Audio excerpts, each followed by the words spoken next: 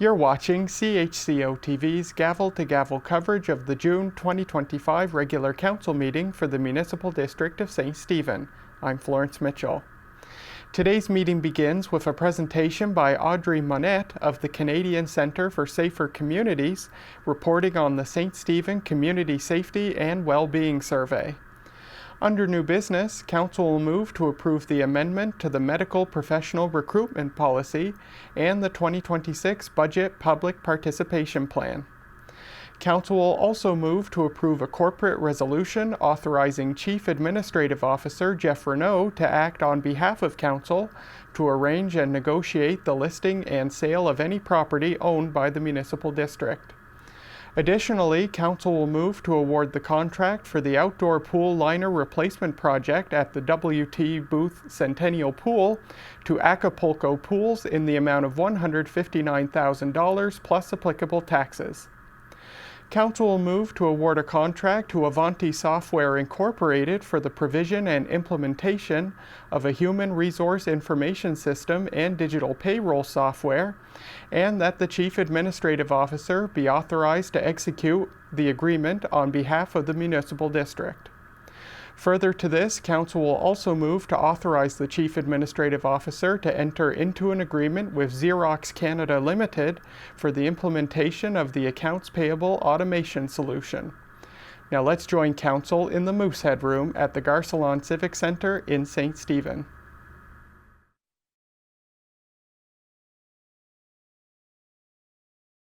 Welcome to the Municipal District of St. Stephen Council agenda for June 25th, 2025 at 6 p.m. We'll call to order. Before we begin, I would like to respectfully acknowledge that we are gathered today on the ancestral unceded territory of the Passamaquoddy people. Also, I need a mover and seconder that the agenda for the regular council meeting of June 25th, 2025 be approved. Councilor Harding? Second. Councilor Wright? Question? All those in favor? Aye. Opposed? Seeing none. Carried. Any conflicts of interest this evening? Seeing none. Okay. Mover and seconder for the minutes of the regular council meeting held on May 21st, 2025 be approved as presented. So moved. Councilor Heislip. Second. Councilor Cornish. Question? All those in favor? Aye. Any opposed? Seeing none. Motion carried. Okay. Are we ready for the public delegation? Yeah. Okay. So I'll take a mover and seconder for the public delegation for the St. Stephen Community Safety Wellbeing Survey Report. Okay. That's right. Deputy Mayor Wheaton. Second. Councilor Heislip.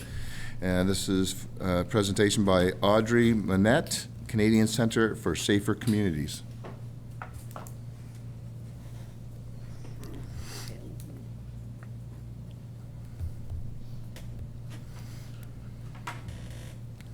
Haley, Audrey, do you have us?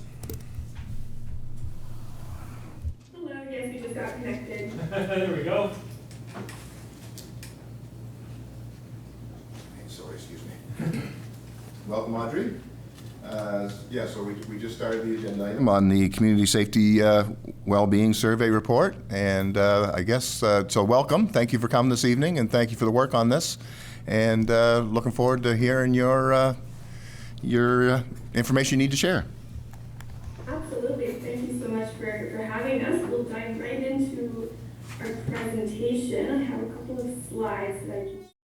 There we go. So good evening, everybody. Again, thanks so much for having us to present the findings and emerging priorities from the St. Stephen Community Safety and Wellbeing Survey. My name is Audrey Monette. I'm the Director of Engagement and Services at the Canadian Centre for Safer Communities, and I'll be presenting alongside my colleague Haley Moody here, who is a researcher with us at CHCO-TV as well. So we'll be presenting really some key highlights from the survey findings. The full kind of details and context are available in the report if you're interested in reading more of those details. So very quickly, in terms of what we mean when we speak about community safety well-being, it's really a concept that refers to the ideal state of a community where all residents and everybody in the community is safe, has a sense of belonging, opportunities to participate, and where folks are really able to meet all of their needs, whether that be education, healthcare, housing, income, safety, and beyond. And so when we talk about community safety and well-being, it's kind of a more comprehensive way of looking at safety and crime prevention through a lens that really is multi-sectoral, so that recognizes that there's a bunch of different sectors and actors in a community that can work together to improve safety and well-being in the long run. So it's an approach that looks at a broad range of some of the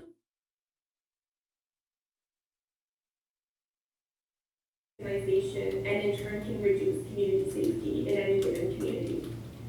So when we talk about community safety and well-being, we'll look at challenges more at the systemic level, so economic barriers, inequities, family structure challenges.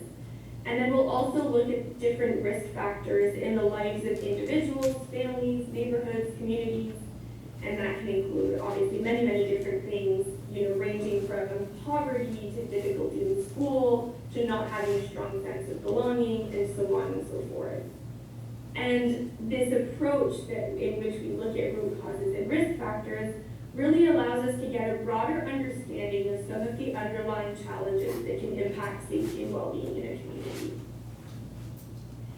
And so in the process of looking at community safety and well-being, one of the key steps that we usually take is really to conduct a bit of an assessment locally to understand what the specific strengths, challenges, and opportunities might be in any given community.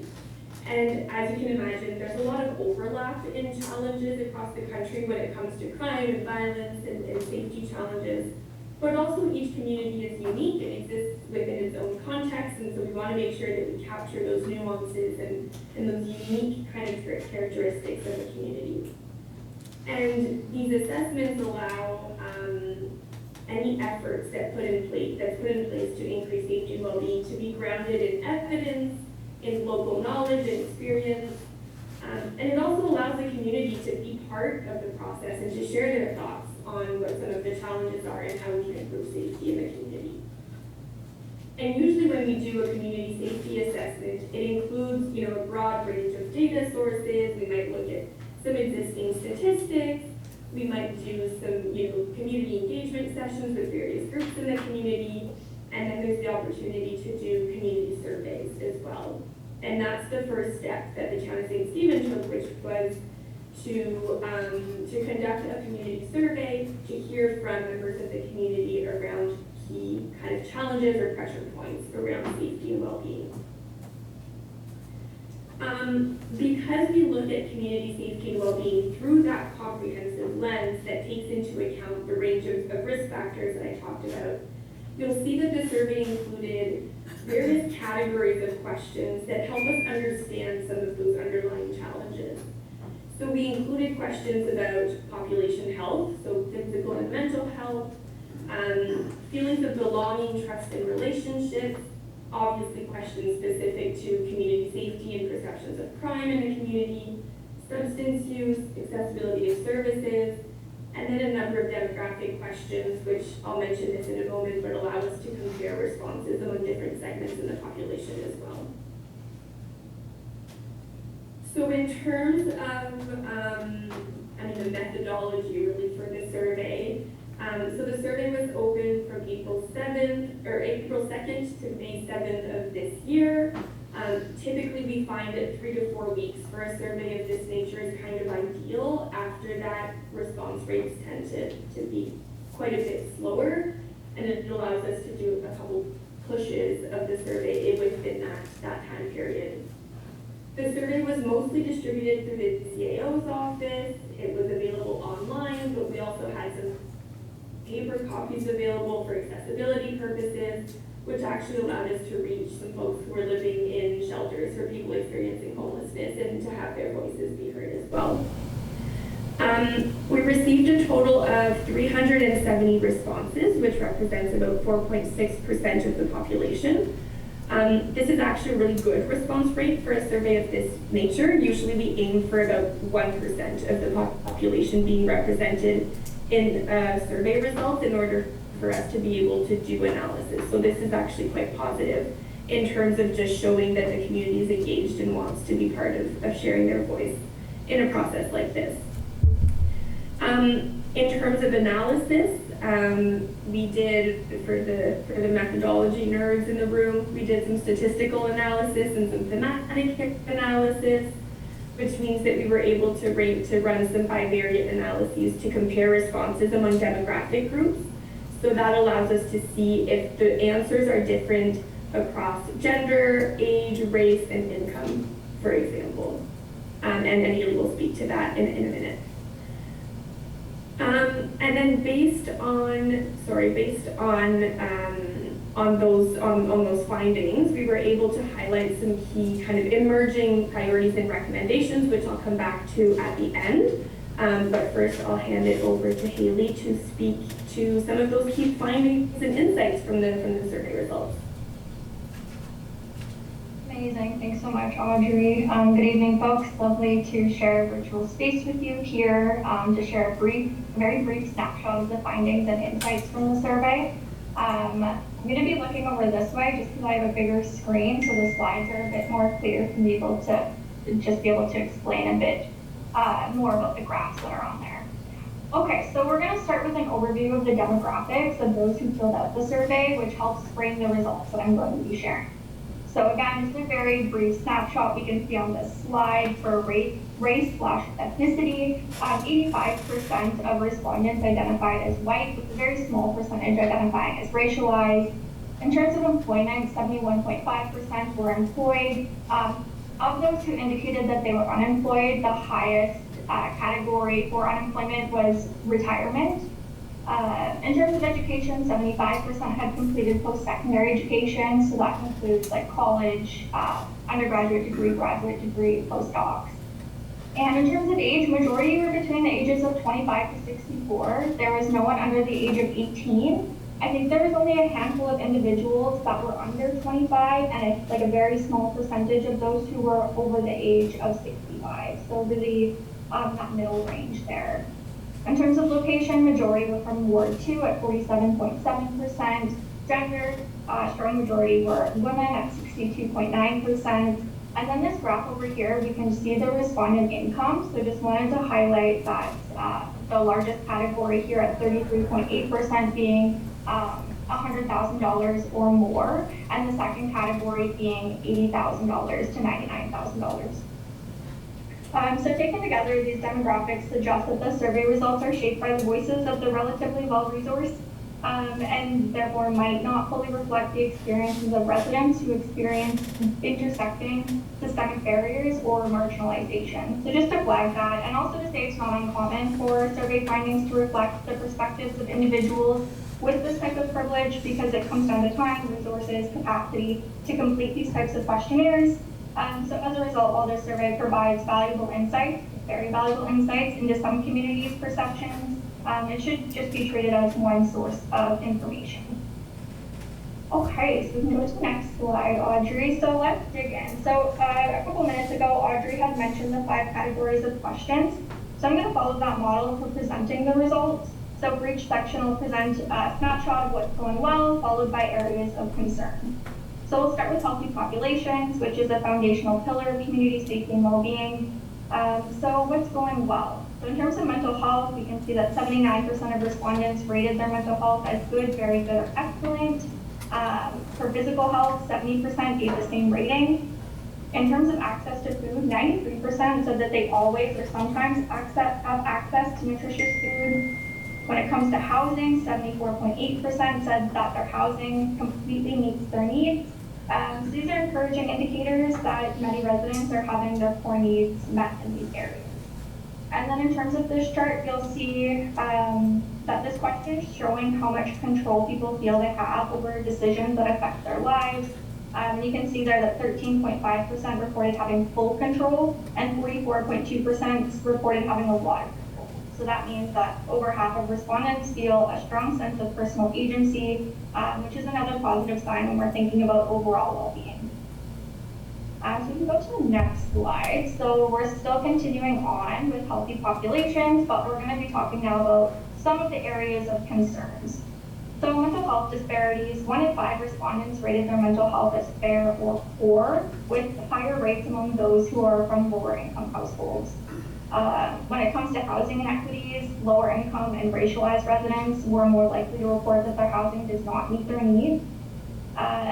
In terms of control, almost 40% said they have little or no control over important decisions in their lives. And then there's underlying dissatisfaction. So 1 in 3 people describe themselves as unhappy or somewhat unhappy. On the chart on the right-hand side there, it shows how people feel their well-being has changed over the last 3 years. You can see it's a very small percentage of folks who had said that their well-being had improved, and a much larger percentage of folks who said that their well-being has declined over the last 3 years. So overall, there's a clear signal. Many residents are doing fairly well, but there are some serious gaps, especially for those facing economic barriers and those who are racialized.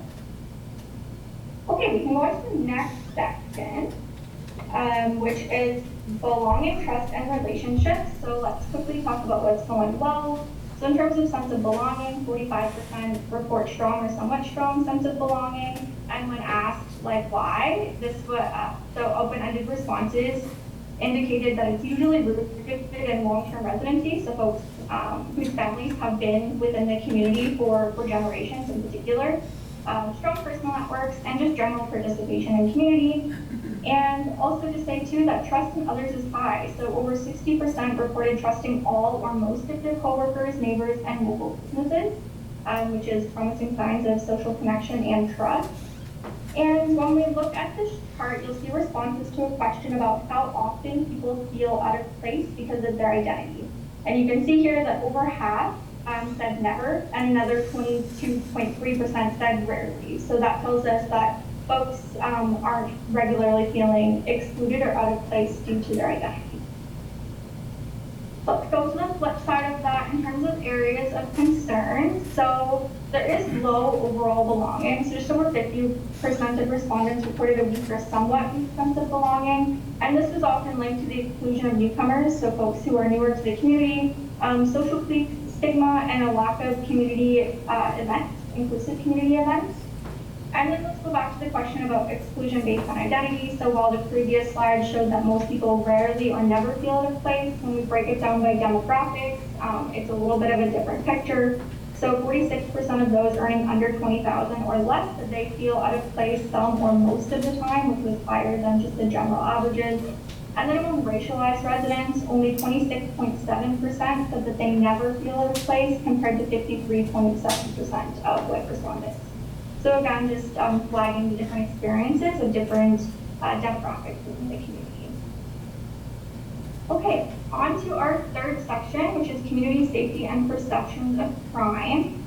So it's going well. Community-based information networks. So most people stay informed about crime and safety through word of mouth, personal experience, and Facebook. So these are like pretty significant percentages and provides just valuable insight in how to get information to community members, which we see as a benefit to knowing this. A shared responsibility. So a strong majority see police and mental health services as key players in keeping the community safe. This is significant because it provides a picture of alignment within the community on who has responsibility for safety. And then strong trust in close environments. So most respondents feel safe in structured or familiar places. So at home, 85%, at work, 85%, and while driving, 84%. And even after dark, about 2/3 feel safe at home and at work. So these responses suggest that people tend to feel safest in spaces that they know and that they love. Let's go to the other end of that in terms of areas of concern. So there is a fairly significant fear of crime. So 56.8% said that they're very concerned about experiencing crime, and 38.3% said that this fear often or always keeps them from doing the things that they'd like to do, which is pretty significant. In terms of public spaces, more than 75% said that they felt unsafe downtown or in parks after dark.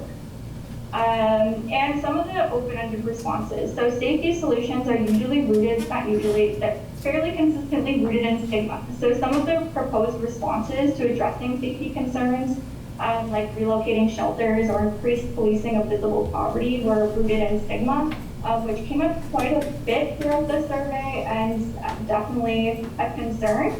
And then in terms of the chart over here, we can see that how these fears are shaped by perception. So over 80% of respondents believe crime has increased in the last 3 years. So whether or not that's actually supported by like crime data, the perception shapes how people move through public spaces and how they think through safety. Okay, on to our second last one. So substance use, what's going well? This one might seem odd, but awareness and alignment across demographics. So there's a strong shared perception across the community that substance use has increased. And people are aware of the key substances of concern. So the alignment and awareness across demographics shows that the issue is widely felt, which makes it a powerful foundation for action.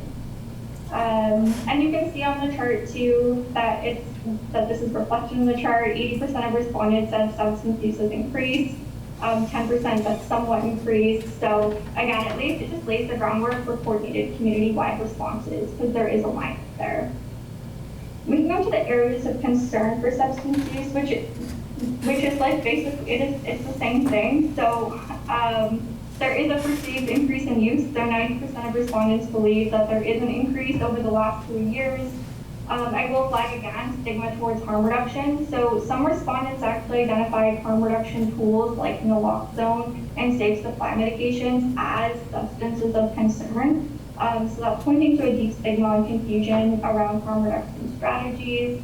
And you can see in the chart here, this chart is very busy, but it's just kind of showing what substances folks are seeing as the most problematic. So the yellow is very much problematic. You can see at the top there, it's fentanyl and crystal meth. So again, alignment in terms of like what are the problem substances, and so folks are aware, but there's clearly a need for education and public messaging around like stigma or promote evidence-based responses. Because it came up quite a bit in the survey. Okay, we can move on to our last section, accessibility of services. So what's going well? There's very high accessibility of outdoor spaces. So parks and green spaces came out on top, with 61% rating them as fully accessible by cost and 41.9% by location. Recreation options are relatively accessible. So sports and rec was second highest for both cost and location. Some healthcare affordability, so healthcare was ranked third overall for cost accessibility, and then awareness of barriers. So similar to, alignment around where folks are receiving their information about crime and safety, and the alignment in terms of like drug use, people were clear about what's getting in the way. So consistently folks were identifying transit gaps, high fees, long wait lists. So the level of clarity is strong, and that helps with moving forward. And then, so lastly, the areas of concern for accessibility of services. Transportation is a major barrier. So over 70% said transportation is not accessible, both in terms of cost and location. Housing supports were seen as widely inaccessible. Comments around affordability, limiting participation. So high costs for essentials like childcare, recreation, housing, transportation make it hard for many to access supports that they're needing. Clear gaps in mental health and addiction services, so long wait lists, stigma, limited availability, more major issues, especially in urgent situations, and then service gaps beyond the basics. So people flagging lack of arts, culture, and social programming, things that contribute to well-being, but can sometimes be overlooked. So that was a very, very, very quick overview, snapshot of the findings. The report is over 60 pages long. There's lots of really amazing content in there. It's a really great, really great foundation of knowledge for addressing community safety and well-being. And with that, I think I'm going to pass it back over to you, Audrey, to chat through priorities and recommendations. Yeah, absolutely. Thanks, Haley, for providing that snapshot. And we recognize that it's a whole bunch of data, and sometimes it can be hard to kind of understand what the story is, right, that data is telling us. So we tried to end the report by providing some information on what it seems like the data is providing by way of maybe emerging priorities or areas of focus that could be of interest to focus on moving forward. And this is based on our own interpretation of the data and some of those things that really stood out to us. So we organized the emerging priorities into three broad categories. The first one being something around addressing that sense of maybe division or disconnection. And that included some of the pieces around, understanding where some of that polarization and some of that stigma might lie, and seeking ways to bridge some of those gaps. Specifically looking at some of the stigma around people experiencing homelessness and exploring what a human rights-based approach to promoting inclusion in that setting might look like. Certainly focusing on social and cultural infrastructure to maybe promote connections. So we heard, that folks would love to have more access to arts and culture and social places that are inclusive and welcoming, and that can be a great way to build that cohesion and connection as well. And then like Haley was mentioning, focusing on kind of education and awareness around some of the evidence-informed approaches to substance use, whether that be harm reduction or other approaches along that spectrum.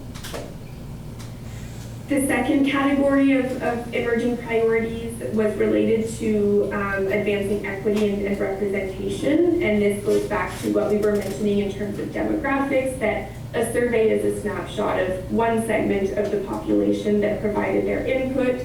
We got great response rates, but certainly, people who respond to survey are folks that need to have access to the time, the resources, able to read or to access a device, and so on and so forth. So because of that, if there were to be further engagement around safety and well-being, it would be great to intentionally kind of reach out to folks who maybe experience more barriers to participation into safety.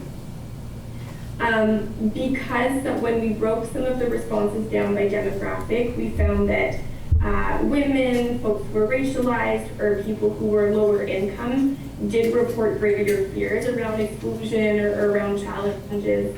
Centering that lens and making sure that those realities are taken into account in any kind of safety and well-being effort is super important as well. Of course, there were some barriers identified to accessing various support services, so having a closer look at those, and certainly transportation being kind of, I think, the one that floated to the top as being a key concern, and sometimes it's hard to connect sort of access to transportation to crime prevention or community safety as an obvious connection, but oftentimes when we speak to community, we hear about how, feeling like we can get around and get to the services that we need is really important to feeling safe in a community.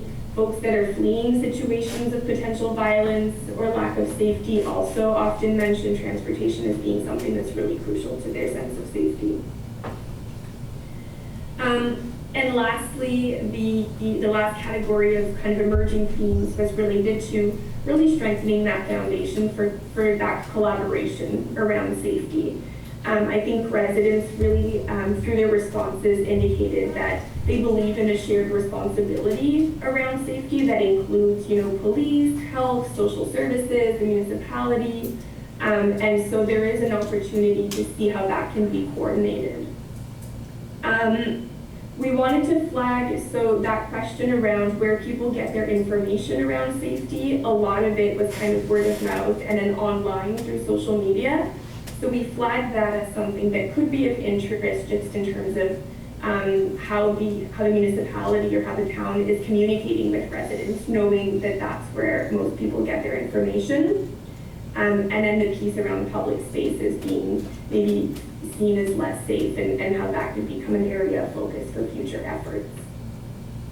And so I'll kind of wrap up by saying that, from my perspective, to address some of those priorities or those pressure points, there's, this survey provides a really good foundation of knowledge around where some of those efforts and resources can be placed. There's some low-hanging fruit. There's some things that can be done, quite quickly by way of awareness, by way of communication.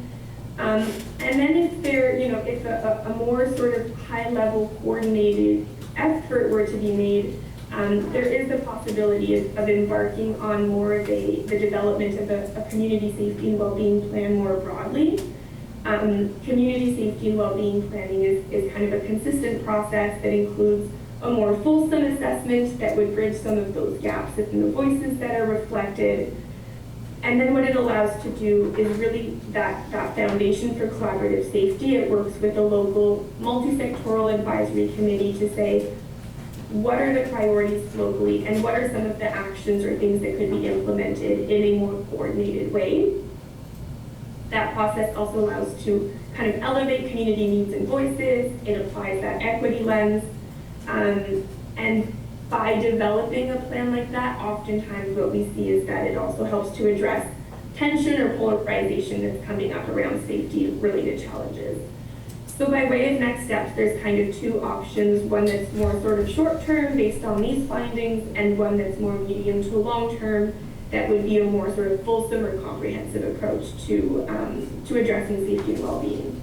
And they're both sort of valuable, and we offer them as things to consider by way of next steps. So we'll end there. I know that's super speedy and a lot of information, so if you have any questions, by all means, feel free to let us know. And thank you so much. So much, Audrey. Okay, let's start with council. Any questions, comments? Emily?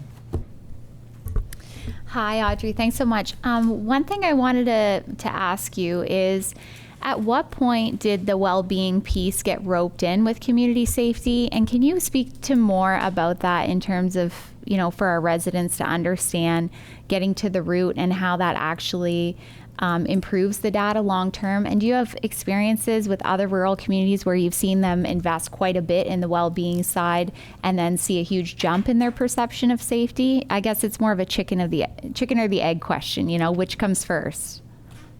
It's a great question. I think traditionally in this space, we would often talk about crime prevention as something quite specific that would look at, risk factors and violence, and it was very crime and safety focused. A couple of years ago, there was some momentum that started actually in the province of Ontario. The Minister of the Solicitor General passed legislation that mandated every single municipality to develop what they called a community safety and well-being plan. And the rationale that they gave behind this, they provided, and I wish I had the visual with me, they provided a visual that had targets, and it showed that the middle target in that visual is incident response.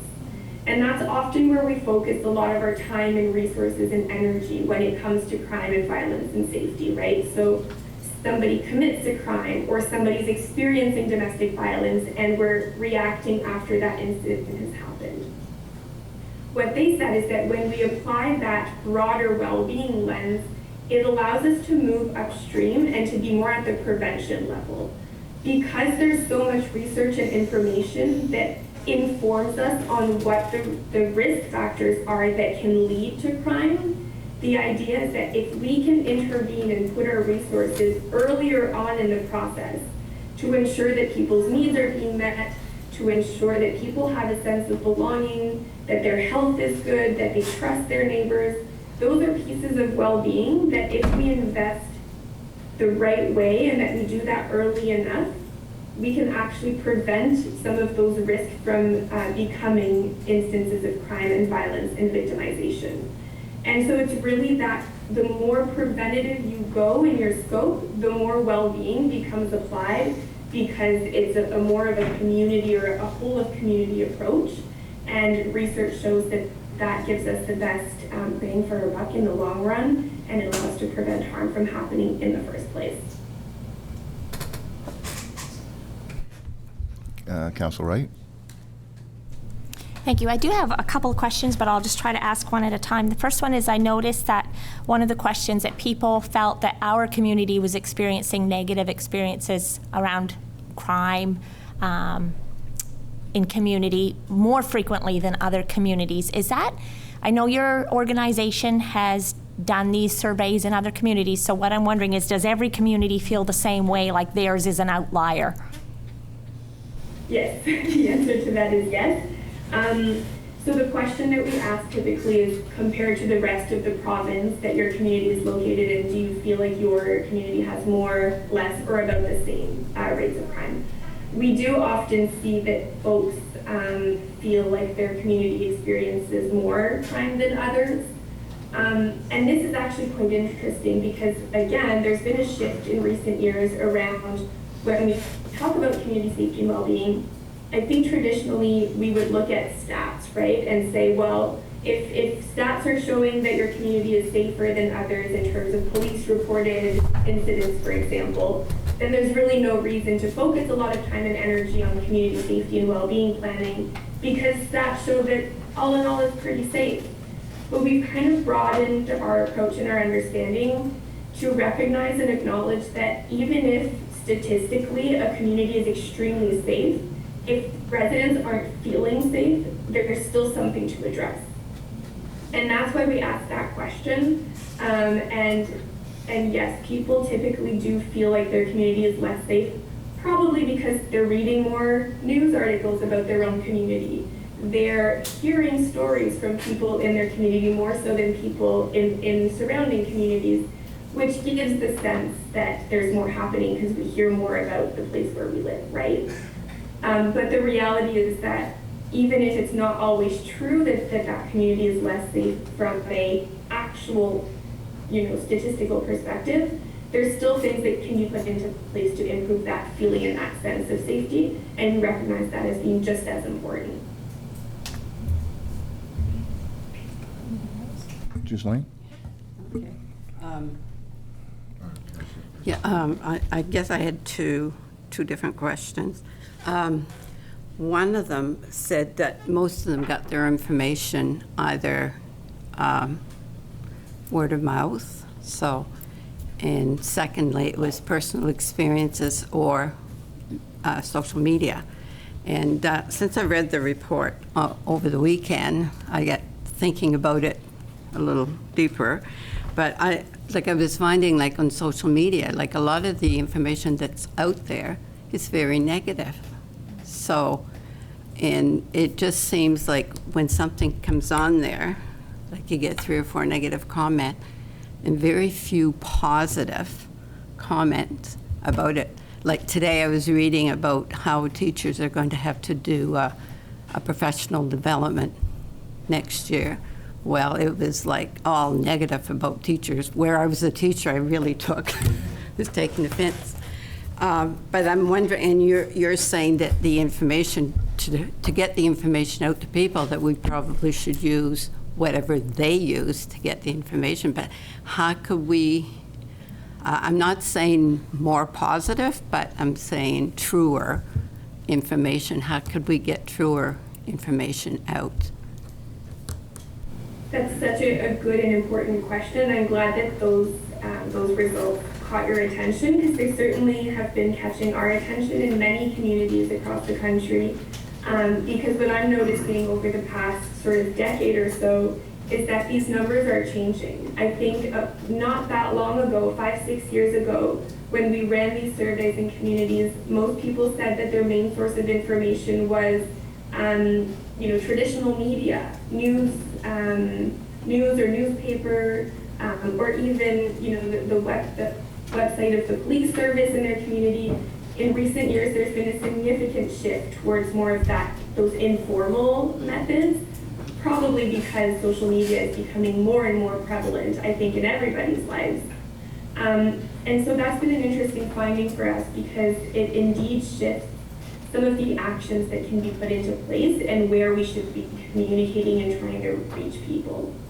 Some communities have addressed this by creating positive storyboards on social media to try to counter some of that negative rhetoric that we hear on social media. We don't have a lot of control, right, on what people are sharing. There's no jurisdiction on what's said in the online space. So we can't necessarily avoid that. What we can do, however, is promote some positive stories.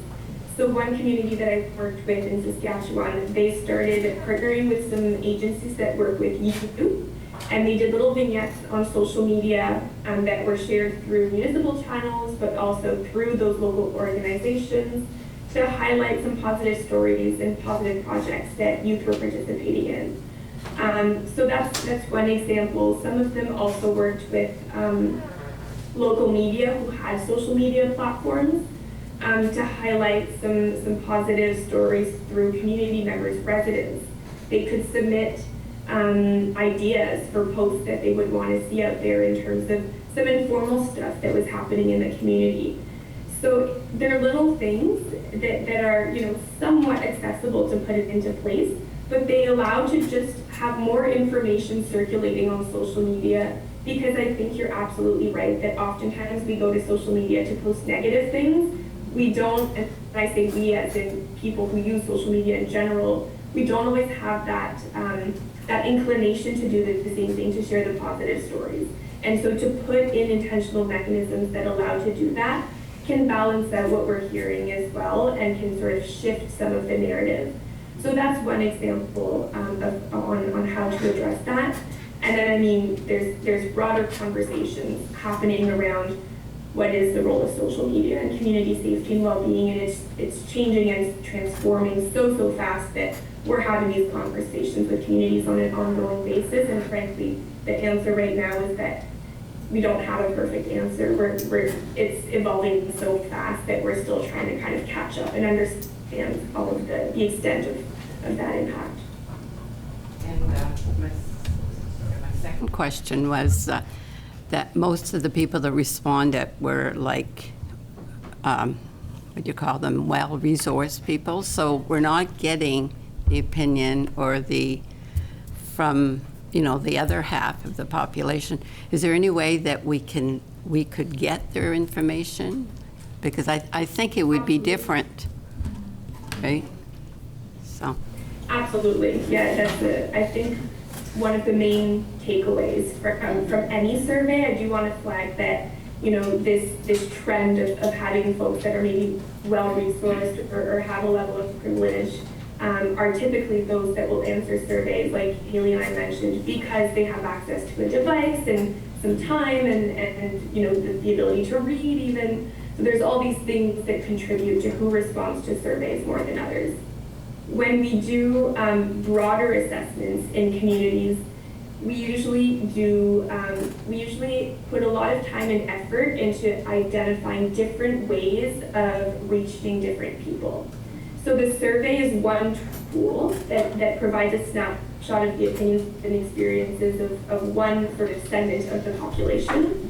When it comes to reaching folks who maybe are more marginalized or who don't necessarily have the ability or the capacity to participate in those kind of broader engagement formats, the solution to that is usually to do intentional outreach and engagement and meeting people where they're at. And we've done that in many different ways. There's lots of examples, and I'd be so happy to provide some of those examples by way of sort of email and sharing those. But if there's existing organizations in the community that deliver services to folks who maybe face barriers, we can partner with them and have conversations, right? We've done, and these are just some examples, one community had a coloring group for newcomer women every week. Well, we went into that coloring group on a Wednesday night and sat down while we colored and had conversation with participants. We've done photo projects with youth through existing agencies or organizations that work with young people. And we've asked them to go out in the community and take pictures of spaces that they enjoy and where they feel safe, and spaces where maybe they felt there were more barriers to their safety. And they were able to provide those pictures, and we had them on the website and on social media. And so it not only allows us to hear from youth, but it also allows them to participate in a broader conversation. So there's many different approaches, but typically the answer to that is to do meaningful outreach to the specific groups or populations that we want to hear from, and then to put some accessibility things in place, right? Whether that be compensating folks for their time, giving a gift card if people who are experiencing homelessness are participating in the conversation, whether that be, offering childcare if we're trying to reach single mothers, right? So there's a whole bunch of considerations and good practice around how to reach those folks and how to make sure those voices are represented. Thank you very much. That's very helpful. Okay, Brian or Councilor Cornish? Just a couple of questions for interest, I guess, and clarity.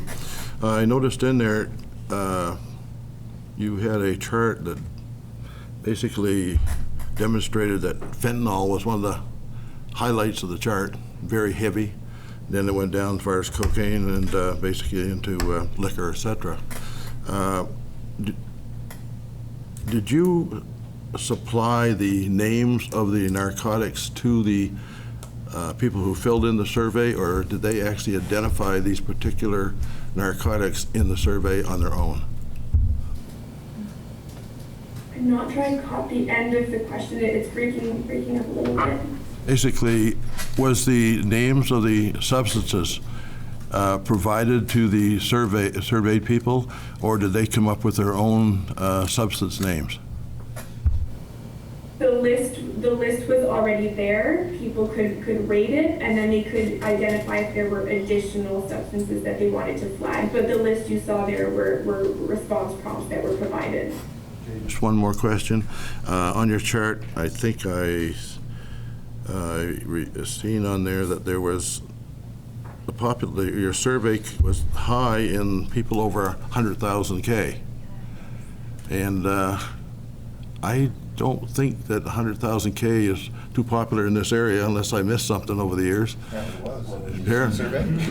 Yeah, but that's a small amount. But I'm just wondering if we went lower into that, what would it change, you believe? Or because 100,000 K in this area is, I know it's a lot of money. I would dare say in this area probably 50K or less would be a bit more appropriate. Would that change the demographics of that study at all? That's a good point. And I do think, that was household income, right? Or was it individual income? Do you remember? That's household income.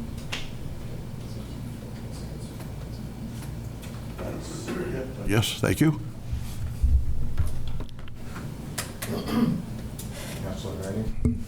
Just, anyway.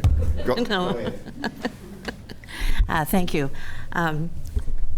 I applaud you for the report. I've read it twice, and I found that the connecting line through the whole thing and what we really should focus on in this town are the drugs, the illicit drugs. We've been having this problem for years. I've been here for 21 years. It started out then, and we've had it now. I don't think it has anything to do with how much money we make or who we are. I think it deals over the whole spectrum of people. So I think if we could get a handle in this town on drugs and the homelessness, and I don't believe they're homeless, I think it's addict homeless. It's not, we don't have a homeless problem, in my opinion, in St. Stephen. We have addicts, and that's what we have. And people don't like them, and people don't want to be around them, no matter what you say. Anyway, if we could get a handle on the drug problem in this town, I think we'd be fine. Thank you. Okay. Oh, Councilor Wright. Thank you. I have a couple of more questions, but one I did want to dig into is several times throughout the report that you did, page 42, page 52, page 65, those are just a few of them. It mentions council and leadership of the town. For example, on page 65 of the report, it says there's a distrust in current leadership is high. Many want a new mayor, council, or more transparent and responsive governance. Widespread calls for leaders to listen and act on public input. And then to the right of that same box, it says calls for leadership turnover. And there's several comments like that. And my question is, that topic was not a survey question. So obviously these were things that were written in. And so unlike the other survey questions, there's no breakdown by demographic or age or income level or even how many respondents wrote in that. So when it says that there's widespread calls for leaders to listen and act, or basically criticisms, and I'm not saying criticisms in a negative way, criticisms of council and leadership, out of the total respondents, how many would have written in that is a significant or widespread call for context? Haley, do you have those numbers off the top? Or we could certainly do a deeper dive, and we could actually probably, if we look at the individual responses, we might be able to do somewhat of a breakdown. But I don't know, Haley, do you have anything top of mind? Yeah, I think it's possible that we could do a breakdown. These ones are a little bit more complicated just because they are open-ended responses. So you're absolutely right. These questions weren't asked directly. It was more broad questions, and it's something that was coming up consistently. So similar in the ways of, you know, how folks are. I think even in the first question we asked, like, what do you like about the community? And even in that, folks are just so automatically drawn to talk about some of like the negatives. So it's really just the trickiness of open-ended questions. So in terms of how many, I can't speak to that currently. I can dig into the data and find that information, but really when we talk about thematic analysis, we're really talking about, you know, we might not have the exact number in front of us, but it's something that came up consistently enough to become a theme. So it's something that, you know, enough respondents are saying that it's being flagged as something that is a thematic element of that response. So it did come up quite frequently, and I think a lot of the times too, what I'm learning from these surveys is that a lot of folks are using this as kind of like a venting space, kind of similar to how folks were talking about social media before. Sometimes that, I think, kind of what happened. So yeah, I would say that it was a theme that came up through those responses. I can look into and like go back through the data and see how many people exactly said it, but it came up enough that it was flagged as a theme. Thank you. Yeah, I would be interested in having just the number out of the total respondents. If it was something that was that much of a concern, then having the numbers would be good for us. I will also want to follow up on what our deputy mayor asked, where people are getting their information in word of mouth and social media. And I believe the survey responses, a lot of people indicated where they had found the information about the survey. Alertable was mentioned by a few, but mostly it was word of mouth, talking to people. So is there a chance, just like on social media, and again, I'm not minimizing anything, I'm just asking, that I talked to several people and tried to get people to fill out the survey. I'm not filling that out. It's not that big a deal, you know, people would say to me, right? Like and so oftentimes the people who felt satisfied didn't bother taking the time to fill it out from my own personal circle. So is there a chance that, you know, someone wants to vent and then they share it to someone else who wants to vent? Do you find that there's a potential for, I guess, group sharing so that you get a lot of the same mindset? And again, I'm not trying to minimize, trying to understand. No, that's a really fair question that comes up in methodology conversations around surveys. That's certainly a possibility, and the challenge is that when we do open surveys like this that are open to anybody, we don't know, right, who actually is answering. And so if there is that trend of people who are dissatisfied and who have grievances that they want to share, they are in fact more likely to use these kinds of tools really to share some of those grievances. And so that could shift the responses one way over another. You know, if you go to a restaurant and you get great service, you're not super likely to go leave a really positive review. But when we get really bad service, then we are tempted to go in and share that. And so that's certainly a trend. And I think that's why when we talk about these assessments more broadly, we always say that it's very important to, this is again kind of research talk, but to triangulate our sources. And what that means is that we're not using only one source of information as the only kind of foundation for making any decisions, because every single data source alone has gaps and limitations. When it comes to, you know, a survey like this, that's one of the gaps, right? We don't know who's answering. It's possible that it's circulated in certain networks and certain circles, and that those voices are disproportionately represented. There's also the gap around, you know, the more kind of well-resourced folks that are answering more broadly, so we're not hearing about more kind of marginalized voices. So that's why we would usually recommend to use the survey results as one source of information. If we were to work with the community on a broader assessment, we would also look at statistics that are provided through organizations. We would look at police reported crime, we would look at education numbers, we would ask local organizations if they collect information around the services that they offer, and we would interpret and analyze that data. And we would also add a qualitative layer during which we would have conversations with different groups in the community to offer more context, right, around some of those numbers. And typically what that allows when we triangulate information sources, it allows us to start identifying where the repetition is in what we're hearing and what's floating to the top by way of consistent themes. And that allows us to also eliminate if there's only one data source that's disproportionately showing something that isn't becoming a trend across data sources. That's how we can identify if something is maybe skewed one way or the other. And that's what allows that research kind of to be rigorous and to be credible. Thank you. Go ahead, Emily.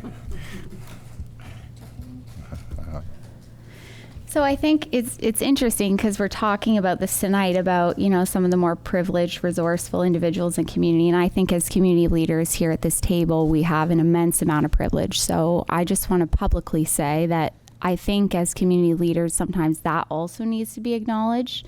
And sometimes I find even sitting on council, one voice of council can actually be skewed on social media as the total voice for the full council. Like, we are also part of this rhetoric. And so I think it's really important to remember that, people struggling with substance use, it's a medical diagnosis, it's a medical disorder. I know that people don't like to talk about that, but when we're talking today about community safety and well-being, we're talking about evidence-based practices. It is an evidence-based substance use disorder is in the medical diagnostics statistical manual, I believe it's called. So if you went to a physician and you had, for instance, alcohol use disorder, your doctor would say you have alcohol use disorder and we're going to see how we can treat that. So this is a systemic approach that we definitely need to take. But I think I just want to acknowledge that tonight, that as community leaders, we play a role in the rhetoric as well. And what people need is access to health care across the board, population health. And I think that right now that's what's being demonstrated in community is what we're seeing is it's not that we don't like addicts. We don't like the way substance use shows up on our streets, right? It's not that we, don't like these users or these homeless folks. It's that we don't like seeing people living in poverty without enough resources and the way that affects them and what shows up. So I would always encourage people to think about it's not why people are acting some way, it's usually what happened to you that leads to that. And if we're talking here about evidence-based research, I just want to publicly note that I stand with evidence-based research. And if we want actual solutions to these problems, we need to also watch our own rhetoric and the way we speak about individuals and community.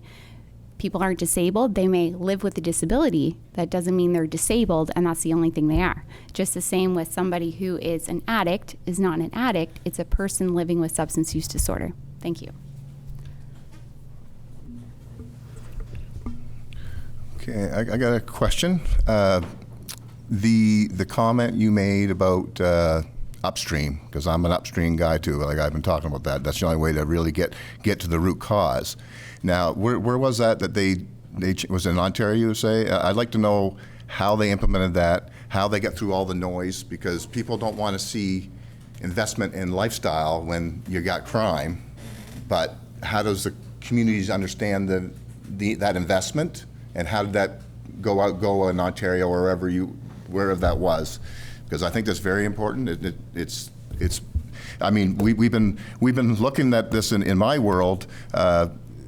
I've been saying 10 years, probably 11 years now. They've been following it since coming out west, and they've been watching it come. We knew it was coming, but now it's here, and we watched it for the last, 11 years now, and here we are. So we didn't get preventive, we just watched it unfold. I get it, it's probably out of control, and they're dealing with the big fires, as it moves through across our country, but here it is. But now we still need to do that. We still need to invest upstream.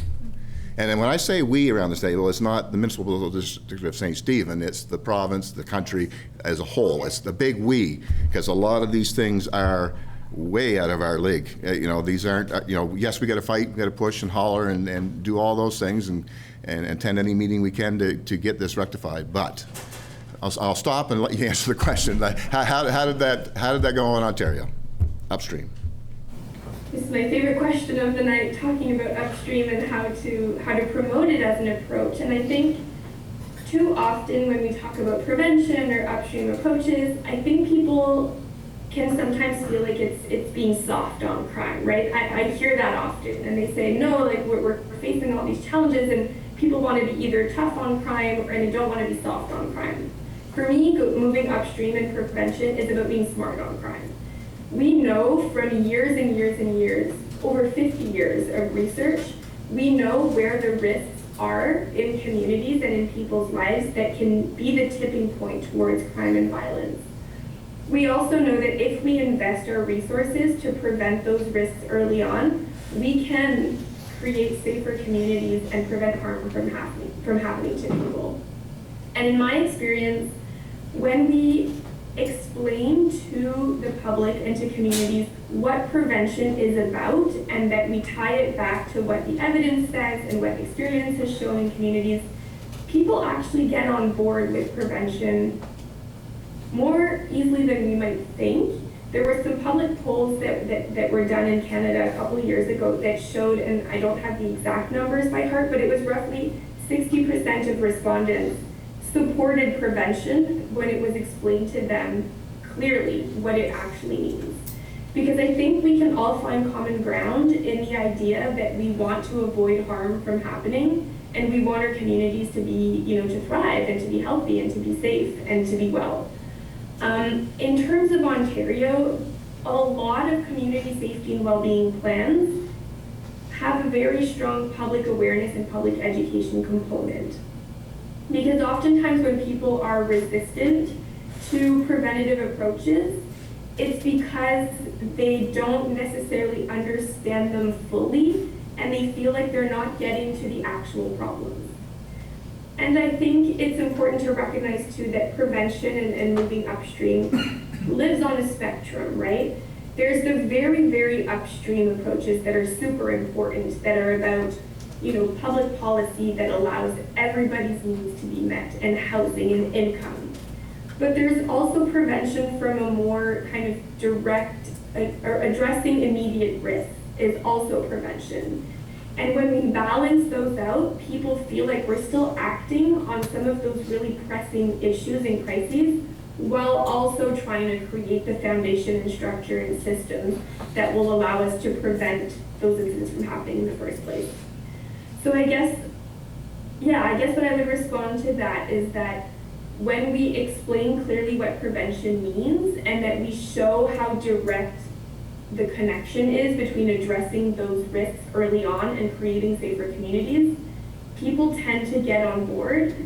And there's also some really compelling evidence around cost benefit to prevention. We know that, and I can share some research afterwards, there's an organization called the Washington State Institute on Public Policy. Their entire mandate basically is to do cost benefit analysis for preventative programs. And typically what we find is that for every dollar invested in an evidence-based preventative program, the return on that investment is anywhere from $7 to $18, and that's on the conservative side of the return on investment. So not only does prevention allow us to prevent people from being harmed and experiencing crime, but it also allows us to save money in the long run. So once we start explaining those things clearly to folks, typically it's pretty easy to find common ground. Thank you for that. And it's the challenge as a municipality is the different levels of government change so often, and we got to push them, but their mandates or their goals change and all that. But it is very challenging, and it's got to be focused on. Did I see a hand here? Yes, Councilor Wright. I was just going to make one more comment, I guess, in closing, that I was going to agree with the mayor that a lot of the questions that were asked really were outside of our municipal mandate or even our ability as a municipality to fund, like public transportation. We can't put a metro here, you know, a bus station. If we could, the tax rates would be astronomical. So it seemed really almost overwhelming to me when I read it through, thinking how, like, it's almost like it's our community well-being survey, so it's almost like we're responsible for this, but we're really not for a lot of it. But I understand why it has to tie in. But on the communication part, I guess I'll say that our decision at the last council meeting to proactively put a communications officer in our budget was probably potentially put in our upcoming budget was I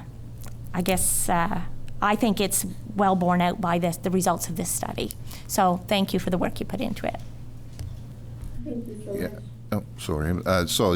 Based on what Joyce was just saying is, yes, a lot of these things are out of our, I won't say out of our reach, but I can use this information, and when I've got the ear of the right person at the right time, so it is beneficial for me that way, so I can push, and so I appreciate the work on the survey, and I'm not seeing any more questions around the table. Are you guys all good? All right. Thank you so much. Unless you got anything more to add? No, I think we're all good. Thank you so much, and thanks for the great conversation and questions. All right, I'm going to check out your Washington State Institute too and do a little investigating myself. All right, thank you so much. If you have any other questions, don't hesitate to reach out. Appreciate that. Thanks, Audrey. Thank you so much. Bye-bye. Bye-bye. Bye. See ya. And they're gone. Okay. All right, so I had a mover and seconder for the Community Safety Wellbeing Survey Report. And we had all our questions. If no more questions, I'll ask for all those in favor to accept the report. Any opposed? Seeing none, motion accepted. On what? I would like to declare a conflict. I forgot to. Oh, okay. Well, it's okay, yeah. Just go back before we go to Yeah, no, as long as you recognize there's a conflict, okay, yes, okay. Just, can I mark that? We're about, so I make sure I remind you? I'm still learning. J and C. What page? Oh, okay.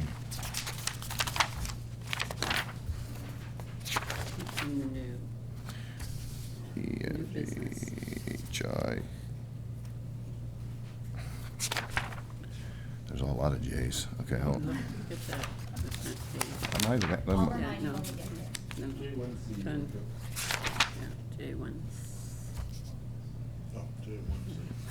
I looked at her page. My page don't look like it's on this side. It doesn't match up with yours. Anyway, just make sure you jump the heck out. All right, I had a mover and seconder, and that's been approved. And next up is, I need a mover and seconder to move into the Chief Administrative Officer's report. Council Wright? Council Cornish? Jeff? Thank you, Your Worship. The written report was in your package. It's always a nice meeting when I get to come before council to say that as far as I'm concerned, we're delivering on some more of the goals you tasked us with during strategic planning sessions. So you'll see later in your agenda items relating to human resource management and digital payroll systems, as well as the accounts payable automation system. Those all flew out of the review of the corporate services department we did, finding bottlenecks in our systems and looking at ways to enhance our administrative excellence, as we termed it in the strategic planning documents. So it's nice that those are finally before you for decision. The branding project continues to be a work in progress. Some more community consultation work will be being done in July when the consultants come to town. Again, from my office, I've been combining that with the learnings of the presentation you just received to look at various ways to address some of the items around distrust and things like that were reported on. We see that in the public participation for budget. We're trying to create new tools, new opportunities to engage with people in a meaningful way. And the branding project identified a similar thing within their first phase of their consultation, and so we're doing a second phase of consultation to try and enhance that work as well. So we are trying to listen and react. At a previous committee meeting, we had a presentation regarding the airport. I've been working on long-term sustainability for the airport for a while. I don't think I've ever made it a secret that we've been underfunding the airport if it's going to be the jewel that it has the potential to be for our region. Recently, I had an opportunity to sit down with the executive director for the Regional Service Commission. Had a wonderful conversation. We've come up with some proposals that you will see in the near future on how we can partner on doing something different with the airport and enhancing its long-term viability. So happy that went down. That happened. Deputy CAO and I and Mr. Beach attended a dedicated session in St. John to get away from the business of the office and focus specifically on our utility system. And our goals there were to identify works that need to happen, near, medium, and long term, but also with a specific intention to increasing the effectiveness, the quality, and quite frankly, the cost of the water that our system requires. I'm looking at how we can enhance that. We have some initial findings that we're working on. Our friends over at Dillon Engineering, who facilitated the session with us, are working on an initial report from that workshop. We may go back and do yet another one, but we do have big goals and big recommendations I think that we're going to be bringing forward to you to try to make that utility more affordable to the average resident in our community. Our affordability level is poor, and we need to get better. And I think we've uncovered some things that can make the system cheaper while still maintaining or enhancing actually some of our reliability and quality issues. So the system's not perfect. It's old. We know that we're dealing with hand-dug wells from bygone era and some bygone technology, to be honest. And so we're looking at a coordinated approach to address those concerns in the right order and in a way that's responsible to the ratepayer for the utility. So a lot of work there. We're going to keep working at it, but we will be bringing stuff to council and or committee, depending on the item, in the near future for some early looks for you folks, so that we can hopefully roll out a communications plan alongside those improvements, so our citizenry can also understand what we're trying to do and why we're doing it. The last thing I wanted to add wasn't in the report, but it kind of tied into some of the conversation earlier. The homelessness file, it definitely did not disappear when the shelter opened. I've spent a fair bit of time working with my colleagues at the government of New Brunswick and other service agencies to discuss I'll call it the side effects of the shelter establishment. The behaviors of the users of that facility when they're not inside that building, and some of the calls for service for RCMP, the impacts on the local residents. Earlier this week, I had yet another call with some key players there. I am hosting here in the coming couple of weeks a bit of a summit of all the key agencies and service providers to get them all in one room, discuss who has what mandates, who has what resources. My role, I've made it very clear, is homelessness is not a municipal mandate, but the impacts of the homelessness population and its impact on the quality of life for our citizens is on our mandate. So my job is to try to hold some agencies to task and create a coordinated plan. The goal at the end of the game is to have a coordinated plan that we can publicly roll out as to what's going to happen and how are we going to try to improve what's going on in and around that facility and the implications of it. It's a tall task, but the time has come for us to really push on that, I think, from our end. So that is ongoing. And so my goal is to have a public meeting. One thing I did mention to the group that I was speaking with earlier this week, is the housing philosophy and the housing goal has to be that there's a continuum. And the shelter is one small piece of a larger puzzle. And ultimately, in an ideal world where things were working, the shelter would provide a service. That shelter, we've discussed this before, would feed into a supportive housing arrangement, which would lead into an apartment type arrangement, which would hopefully lead into a house arrangement. That latter is important, and that's where the communities that actually are having some success dealing with these matters, that's what they have set up. They have all the pieces of the puzzle. I'll be very, very frank with you. What I said to my friends at GNB is the current continuum in St. Stephen that they have established for us is from park bench to tent to shelter, and it stops. And therein lies our problem, or a good part of our problem. And they agree. They've agreed with me. They said we have a very nice shelter. They refer to it as the Cadillac of rural shelters in the province of New Brunswick. But they agreed we need to take the next steps and have success stories. Have people who have gone through and come out the other side. And what I've noticed with some of my colleagues across the country is then the people who come out the other side often are hired back into the service industry with their life experiences to refeed the system and create that confidence from the people that are using the services that it works, and then they become more engaged. I was happy that my GNB colleagues actually said, yes, you're 100% right. That's exactly how it's supposed to work, and yes, we agree that we have only the first third of that process in place right now.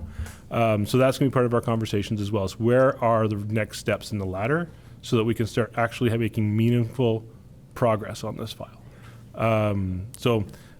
I had been working kind of quietly in the background with this. I shared some information with His Worship the other day, and he specifically requested that I bring that forward. And I think he was right to do so. And I think it goes back to the other things we talked about today is the communication side of what we do in the black box of town hall, in the black box of mayoral meetings with ministers and other mayors.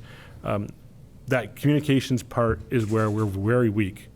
And that communications officer position, I think, is going to be critical to having someone who's focusing on, hey, we should put out a quick note that said, Jeff has met with these agencies and he's working with these goals, and putting that out there that, yes, we're hearing you, we know there are concerns, we're still working on the file.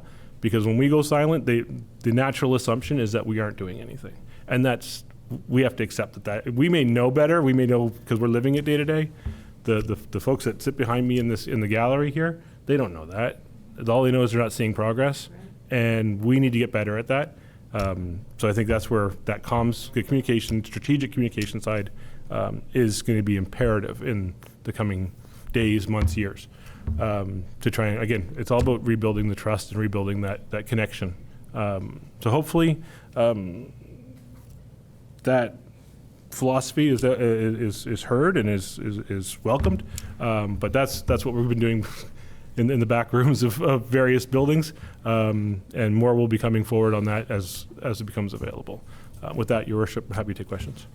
Make a further comment. Yeah, the reason I asked the CAO to speak of that is because I literally pushed to bring all the different parties together, and I was surprised to see they're kind of already doing it, the bureaucrats behind the scenes already, so I was happy to see it kind of in motion. But anyway, so I just wanted to at least communicate that out there, that there is some discussions going on, and we got to look after our community that way the best we can, and bring all the people to the table to hear what they're doing. So anyway, that's why I asked them to bring it up, because I asked for the meeting to start putting it together. I was talking to the minister and social development and their colleagues, and all this is all going to come out in the wash hopefully soon. Thank you, Jeff. Any more comments? Let's start with Councillor Heislip first. Give him a little. I got a comment and a question. First of all, thanks for that update, Jeff. I've talked to an individual that powerful story that he did come out the other side and now is working at Ridgewood Rehabilitation. It's a very powerful story. It's just amazing. And he went from park bench to living underneath a bridge in Fredericton to working at the rehab center. And it's amazing. I had a question. I think it was mentioned at the committee of the whole was about people talking to counselors out in the public, whether it be the coffee shop or this one happened to be on the golf course. And that, one of them was was an individual that I got through to Public Works, and no problem. It was dealt with. This one here was also mentioned, and I just wanted to see what the status was on our minimum property standards bylaw, because it was a concern of a lot of refuse and everything around the community, but it wasn't necessarily town owned property. It was actually individual owned property, and I assured him that we had a minimal property standards bylaw, and he said, "Oh, that would be really, really good," because he was just concerned about individuals and individual property owners there was a lot of stuff on their properties. So just want to see what the status of that bylaw was and when we could see that rolling out. I think what happened with the minimum property standards bylaw, we did produce a draft. It went to committee. It went to a small working group, and ultimately that draft was shelved. I think, in kind of debriefing on how that went, I think that we may have, when we drafted the bylaw, we may have made it too broad and tried to bite off more than we could chew. From not only from a resource point of view, from enforcement, but I think maybe when we were drafting, we got overzealous and forgot we're not a big city. We needed the things that really need to be addressed are relatively simple in most cases. So I think we can take another shot at drafting something for a committee to look at that reduces the scope and focuses on just key elements that you're hearing. So I think if I'm happy to do that, we can put that back on the committee of the whole. But if you're hearing specifics, I would just ask, send me an email, send Sean an email, just so that when we are drafting, if we can, no different than what the survey did. If you're hearing the same thing over and over again, we know that that's a priority one that should be addressed specifically.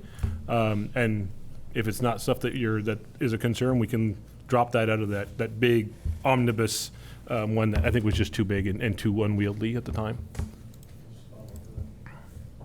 Yeah, I want to just jump on and I'll give it right back to you. Thank you for whoever turned that light back on for me.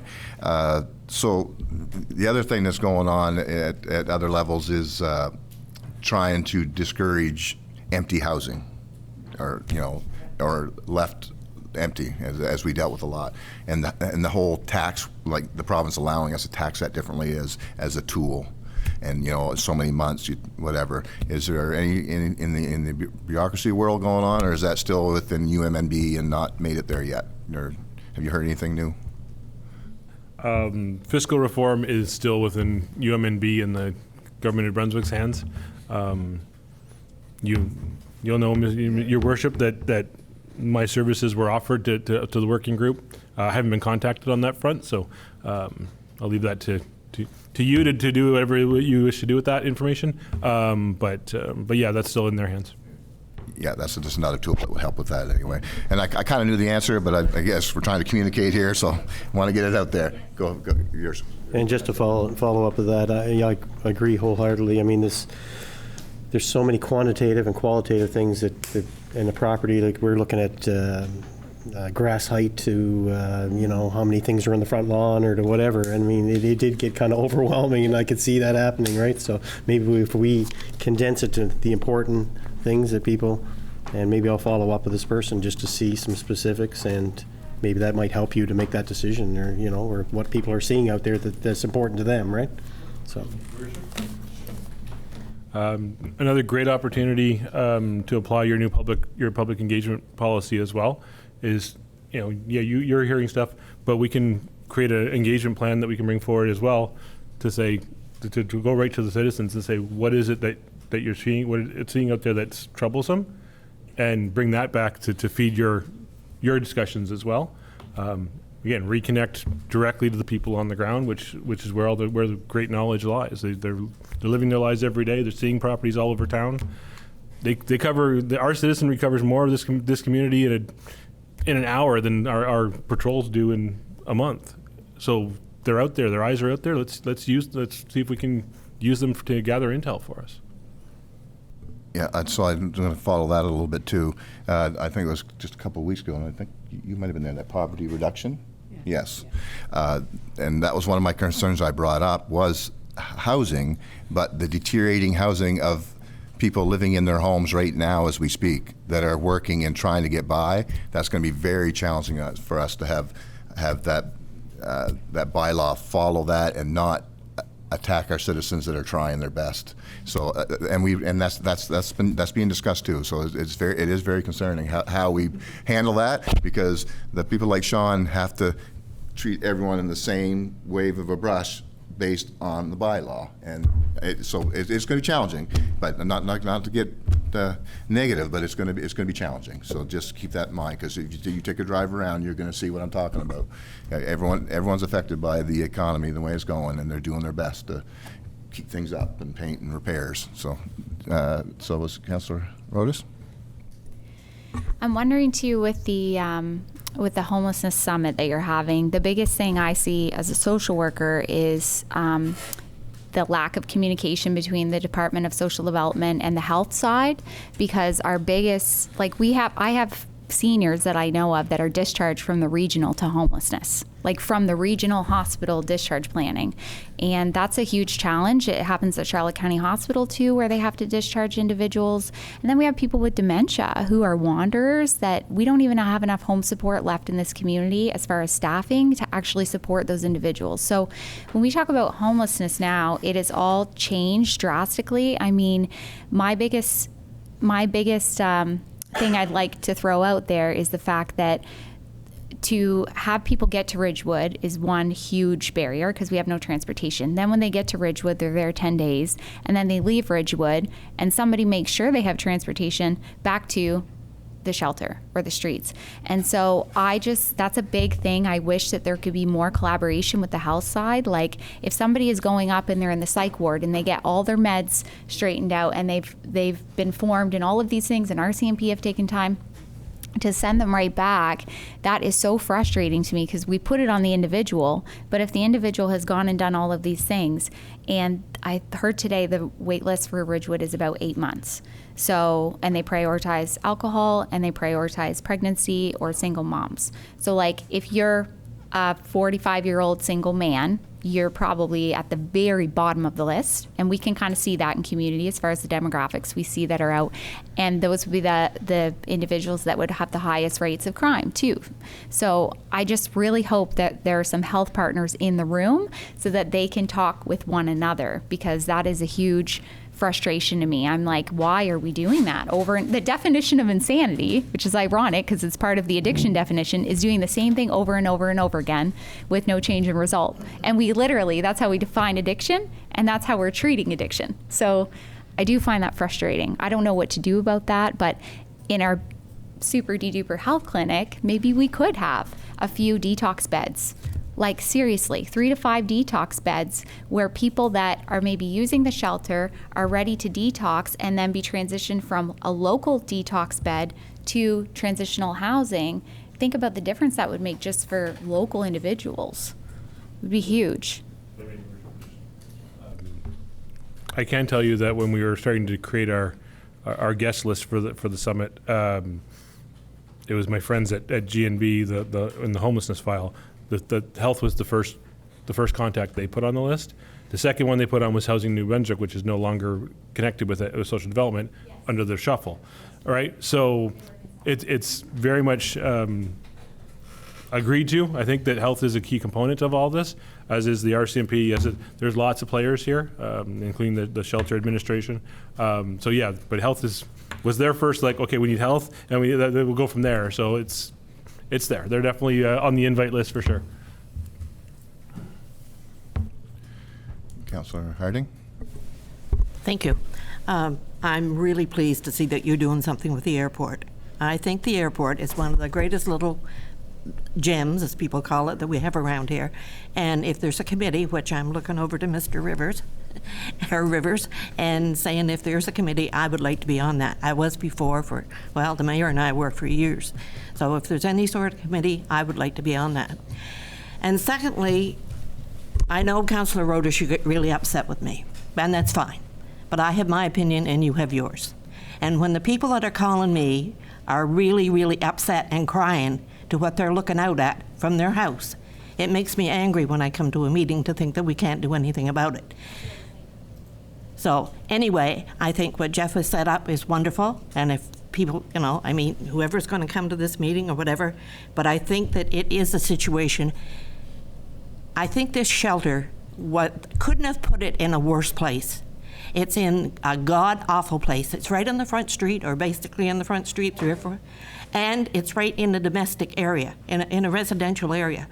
So quite possibly, if we could get that moved, which I understand from my phone calls that people are trying to do that, I think that that would be probably a first step in trying to you know, I mean, sure, I used to feel really, really negative against, I don't anymore, Councillor Rodas. I feel sad for them. I don't think they are getting one bit of anything from that shelter. They're certainly not going into Ridgewood. They're not coming back out as a productive person.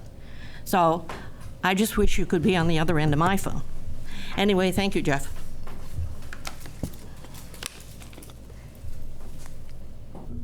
Councillor Wright. Thank you. Jeff, I was also glad to hear of the summit coming up. There are people who are, like Councillor Oda said, seniors being discharged to homelessness, and I know some of them, and it breaks my heart. And there are people who are homeless. They don't qualify for maybe a special care home, or maybe they're taking care of somebody else. And so the shelter, while it has its challenges, also provides a very valuable need to some very desperate people. So let's keep that in mind. Can it be improved on? Absolutely. Is everything perfect? Absolutely not.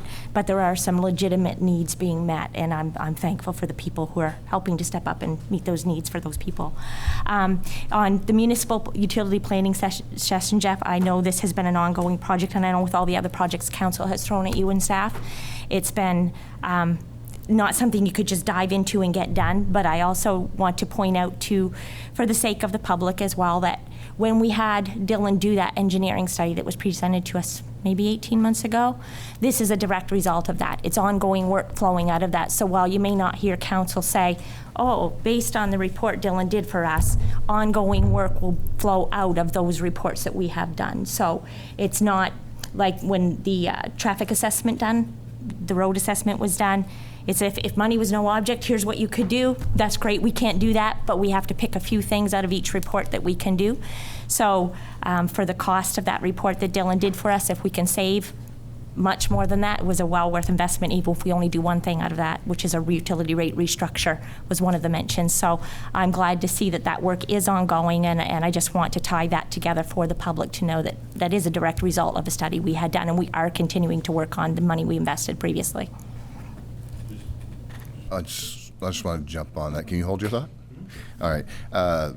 You mentioned seniors, and actually today I spent about a couple hours of my day working with a citizen from Macadam that's looking for a home, and I actually emailed you two, Mary Wheaton and Emily Rodas, to help me with this, because that's another list, and that's another thing that's growing. This lady's in her 80s living in a tent in Macadam right now, and she's looking for a place to like a small one-bedroom apartment that can accept her and 2 cats, like literally.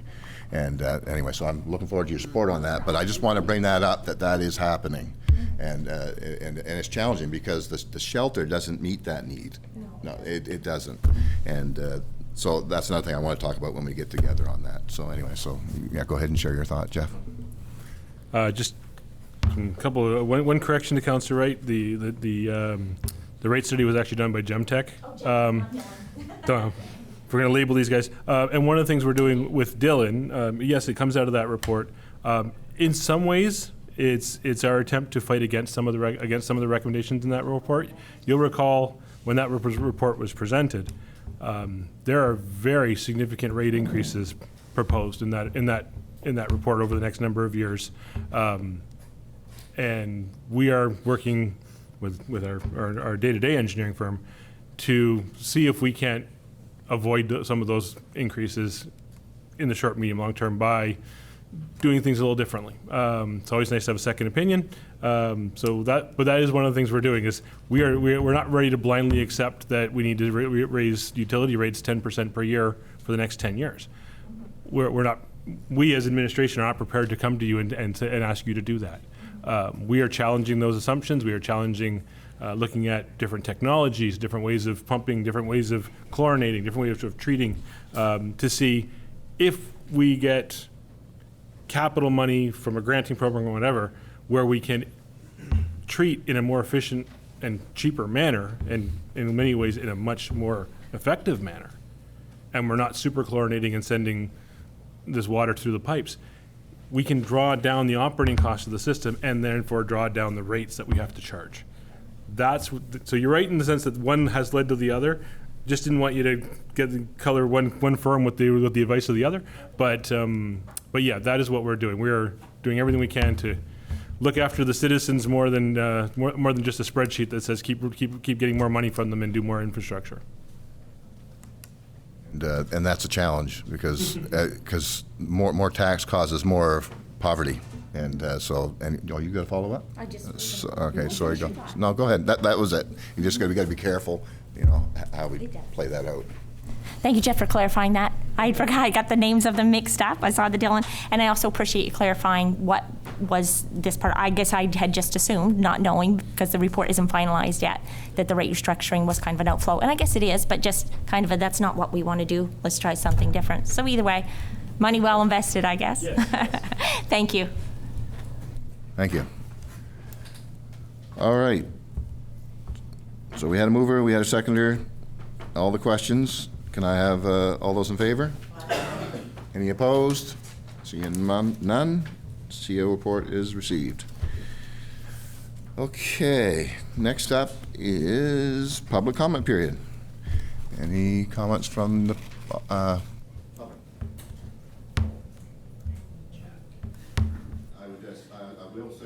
Rolling up here, sorry. Bylaw number 0523. We got 10 minutes for public comment period and 2 minutes per person. So please try to keep that because I'm sure there could be a lot of questions tonight, so it allows everyone else to know. I'm sure you can say a lot in 2 minutes, so I just. Good evening. Silly Morgan from Ward 2. Quick comments. In regards to the Provincial Municipal Highway Partnership Program, the application that was denied, for transparency, I'm hoping that the council will comment on what's going to happen now that there isn't any provincial funding. Does it mean that MDSS either abandons the project or must find funding from other within? Does it mean that the 2027 funding was declined but approved for 2020 to 31?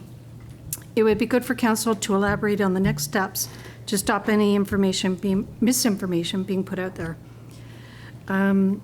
In regards to the agenda, there's a letter from Susan Smith asking council to consider amending the municipal plan to include a new sports field with ample parking on the Boundary Street property. As part of that development, I understand there's a certain percentage allocated to green space that the developer must adhere to. I hope that council will consider Susan's suggestion, and put a stipulation in the plan. There has been so much chatter about lack of space for our younger residents. Here's an opportunity to create something before it's too late. Lastly, it was great to hear the announcement about the junior tier 2 hockey team being reintroduced into the municipality. There was a comment saying that there's lots of work to be done and a call for volunteers will be going out soon. What does that mean for MDSS? Will the call be for volunteers to do billeting, or will there be other duties? Is there a member of council working on it that we could talk to? It's very good for the community, and we look forward to supporting the teams. Thank you.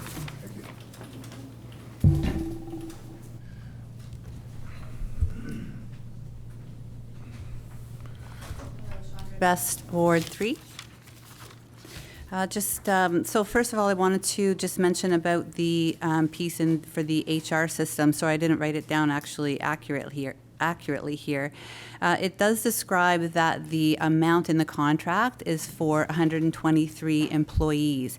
But then I noticed that later on in the treasurer's report, there's a mention of payroll for 204 employees. So I'm just wondering if maybe at some point there could be clarification about why there's that disparity. I suspect it's because of all the students that are on board, but if there could be some clarity there.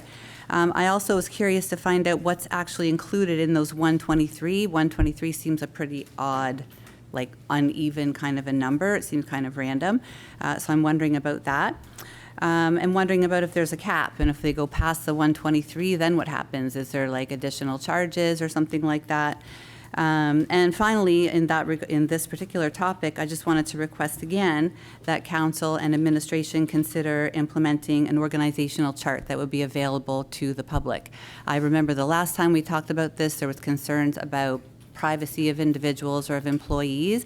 I don't think that an org chart necessarily has to have names, but I would like to see, some kind of organizational structure that tells people how many employees we have, what the structure is, what the accountability structure is, and it would also enable us to have any ideas around cost and also changes over time. Is government growing? Is it staying the same? If it's growing, why? So that's respectfully submitted as to be brought back for consideration. Regarding the community safety survey report, first of all, I'm glad that the analysis was done. I think that the report is beneficial in the ways that we've already discussed here. There are a lot of really astute questions and observations made by council tonight, and I appreciate that as well. It is unfortunate that a lot of the content of the report is stuff that we've heard before. We've discussed it here. We've discussed at our community safety meetings a year and a half ago or whatever before it was dissolved. Even some of the results are actually the same or very close to the same as the results that came out of the survey that was citizen initiated back in about August or so. So there's definitely the same information is coming out. I know that council doesn't plan to ignore it, so I'm glad to hear that. But certainly when we talk about repetition, it does exist. What I hope we will see, and I know that just going to what Jeff has already talked about, it sounds like there's already sort of grabbing onto it. What are we going to do with it? How are we going to deal with this? We know that the door is open to go to that organization that presented tonight, so I'm sure that we'll see more discussion about that, or I certainly hope that we will. I think it's going to be really important to develop a plan, project manage it, have a member of council assigned to it, and have some real clear accountability lines, KPIs, all of that stuff, because obviously, right? It's important to do. I just wanted to also mention that I was also thinking about the quick wins, which we had talked about previously, about communication and all of that. I also wanted to mention that Fredericton has a really good report right now that summarizes all the things that they're about to work on, that their task force has brought out recently. One of the things two things. First of all, and the fact that I do want to mention that it will be a challenge for council to bring together the people in the community who don't agree with harm reduction with the people who do. I think that came out in the results, that obviously the word divide was used, and I think the fact that the way that this firm positioned the report is automatically going to cause a lot of people to discredit it, because that disagreement is there. I'm not saying either way is right or wrong. I think that it has to be acknowledged, and it has to be the elephant in the room that's acknowledged. And I think that council needs to acknowledge that there is an emerging trend in other jurisdictions where harm reduction is not being considered the right way to go, Alberta being one of them. And there are a lot of places where things are not going well, such as Cobourg. So I think that that's something that I think that's going to be a really big challenge. And then the last thing, I know you're going to say you got my 2 minutes. Okay, well, you know that we have to talk about Facebook, right? Right? I got a follow bylaw. We can talk about Facebook anytime. You can call me anytime as well. Whatever you want to share, you can call a counselor anytime. All the time, right? Okay, so you don't want to talk about the one critical point, right? I want to make sure there's not someone else, because we got 10 minutes. Yes. Okay. And maybe if we don't go up, well, we're already going to be going over our 10 minutes, so if we don't get going. Thank you.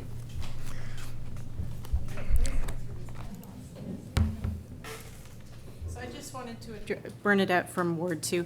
The utilities, one little thing that we could do is not have the sprinkler pad running 24/7. Fix a little button so it works. I think that would help with the utilities. doesn't need to be on all the time.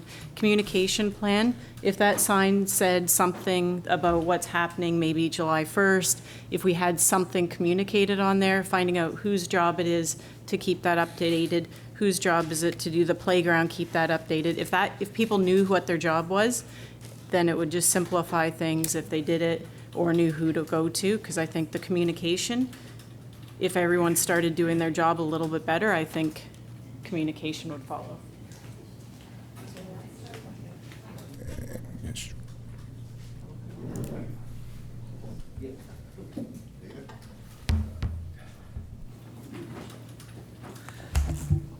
David Whittingham, resident of town of Ward 2.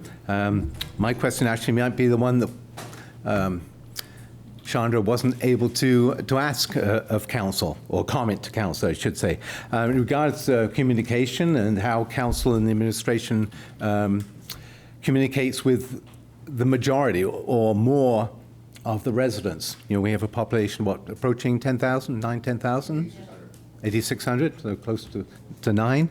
And one of the things that was brought up from this safety survey, this recent one, was that, you know, lines of communication are word of mouth, personal experience, and Facebook and other social media. One thing John Derringer was asked, why do you rob banks? And his answer was, because that's where the money is.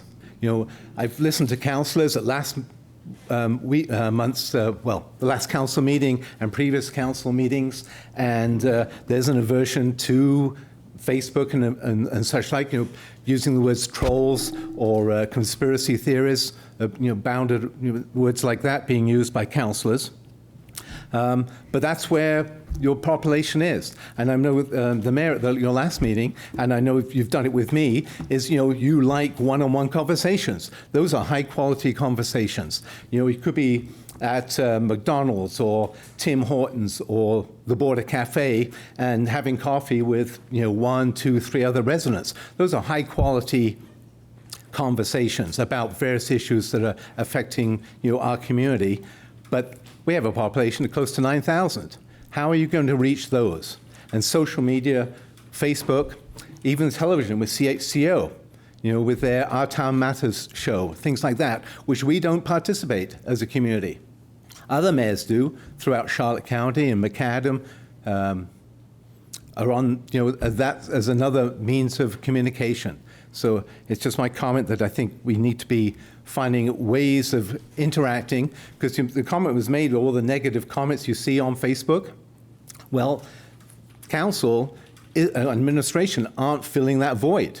One of the things that Jason Rideout started 8 months ago was a Facebook page, which I can never remember its name, but it's, but I can't find it here now. Yeah, it's called St. Stephen, Our Community, Our Voice.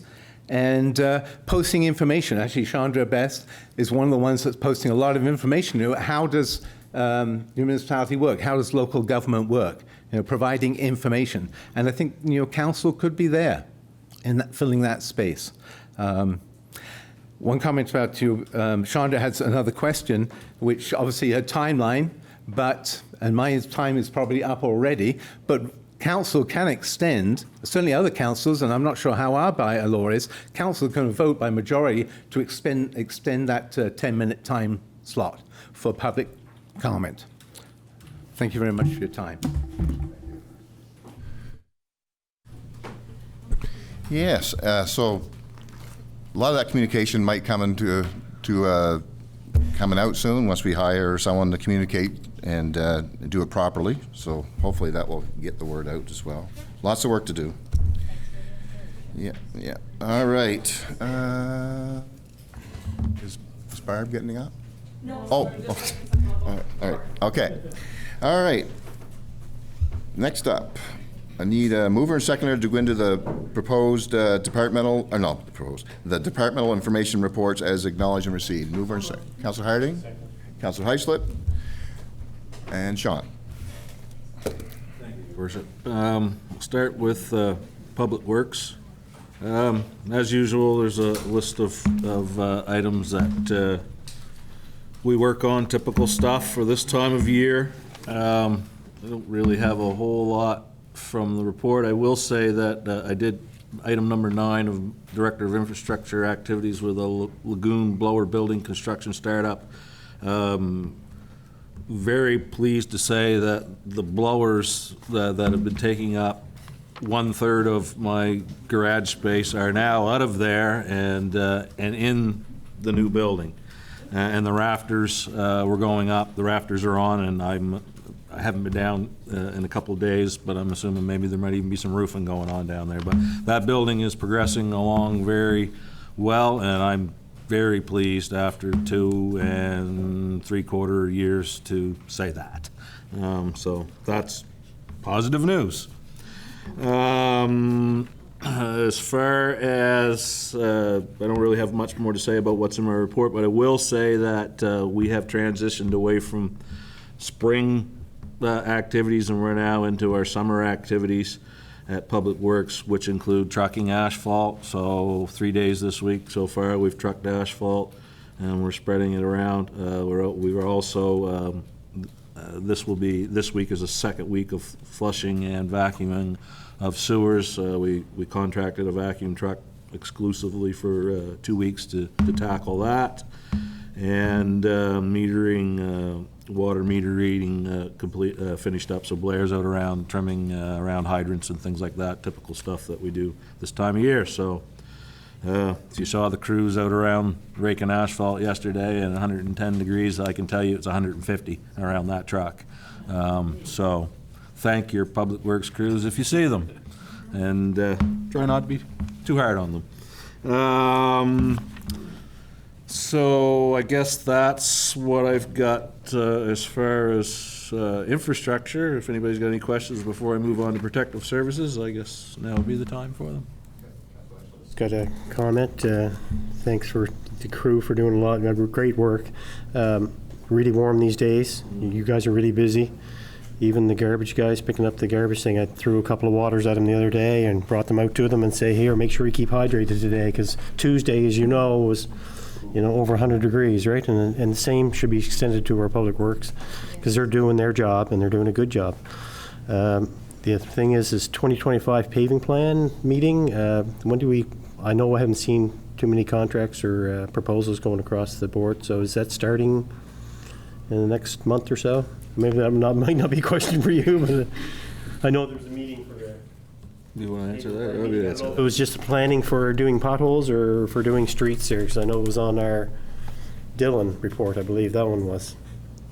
We do have a list of streets that were identified from that report, and we Dillon and David and I, Rory from Dillon and some of his staff went around and identified which streets we were going to look at 2025. That is now in Jeff's hands to make sure that we have the funding to do that list. So we're kind of juggling that right now, but the hope is very shortly, and he might be able to comment more on that tenders will go out for the stuff that we do have the funding for. Yeah, I think it's basically looking at the newest numbers coming in from Dillon as far as tender openings and what things are costing us. Just double checking.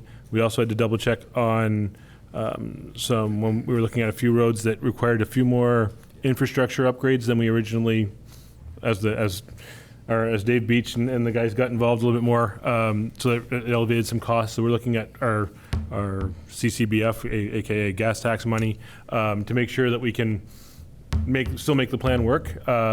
I suspect that we'll probably be letting you know that of some projects that will be delayed until 2026. But there's a number. Will be still the biggest capital infrastructure upgrade that we've had in my time here is still planned. Just some tweaking to the plan to make sure we can afford it. The other thing is also out of the GemTech report was the suggestion of putting salt instead of a lot of sand on and that seems to have decreased the public comments. It used to be horrific in the spring there with the dust flying and everything else, and it was done in record time, it seemed like, and there seemed to be pretty positive comments. So I'd like to thank you for that too. Another thing that came out of that report. Thank you, David. Councillor Rodas. I just have a question about the splash pad. How does that operate? And is it a waste of water or? There were some issues with the splash pad. I'm going to have to check because I thought that the issue that was mentioned may have been fixed. That's not really my department. Kev might be able to talk about that. So, but there's an overlay. I look after the water. He looks after the splash pad. So. You can get that in your report if you don't mind.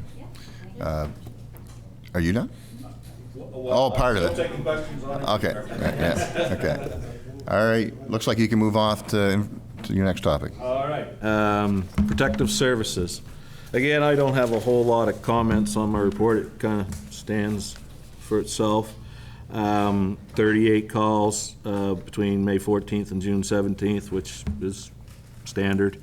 You will note there's a few more lines there with structure fires. The 4 that were St. Stephen based, the others are mutual aid. I just want to clarify that 2 of them turned out to not actually be structure fires, so but that's what the response was called in as. One of them was steam from a water leak, and another one was just a minor issue that we didn't have a full-blown structure fire. So I just wanted to point that out because that kind of stands out as an anomaly from other months. Yeah, I didn't really have many other notes. I will say that Canada Day is coming up on Tuesday, and we are very pleased, provided it doesn't have to be somewhere else, to bring Tower 1 out again and fly the flag. That's a highlight of Canada Day here. Now we're becoming one, and I look very much forward to it. So if you're out around, stop by and check out Tower 1, and hopefully we are able to show up.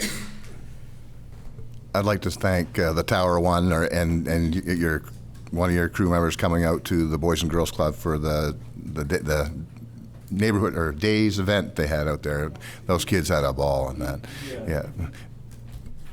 Thank you for bringing that up, Your Worship. I should say that that week my fire prevention team were very busy. They were out at the school. They were in some of the daycares. They were out at the Boys and Girls Club, so it was a busy week, and those guys were all volunteering their time for that, and you know, I'm busy running around, and I felt bad I didn't really get out there, but I know it was in good hands, and the ones that were there really loved doing it, and I know the kids, and actually I think some of the parents actually even appreciate it more. They like they like the big trucks, and yeah. Well, there's a lot of them out there that really like the trucks that are there, the fire trucks, police cars, excavators, all that stuff. Yeah. I'd have to say though, I was just amazed by how he took the opportunity to get his point across to those kids, because he knew that he said, you go home and you tell your parents X, and that's like every time he had an opportunity he brought that up.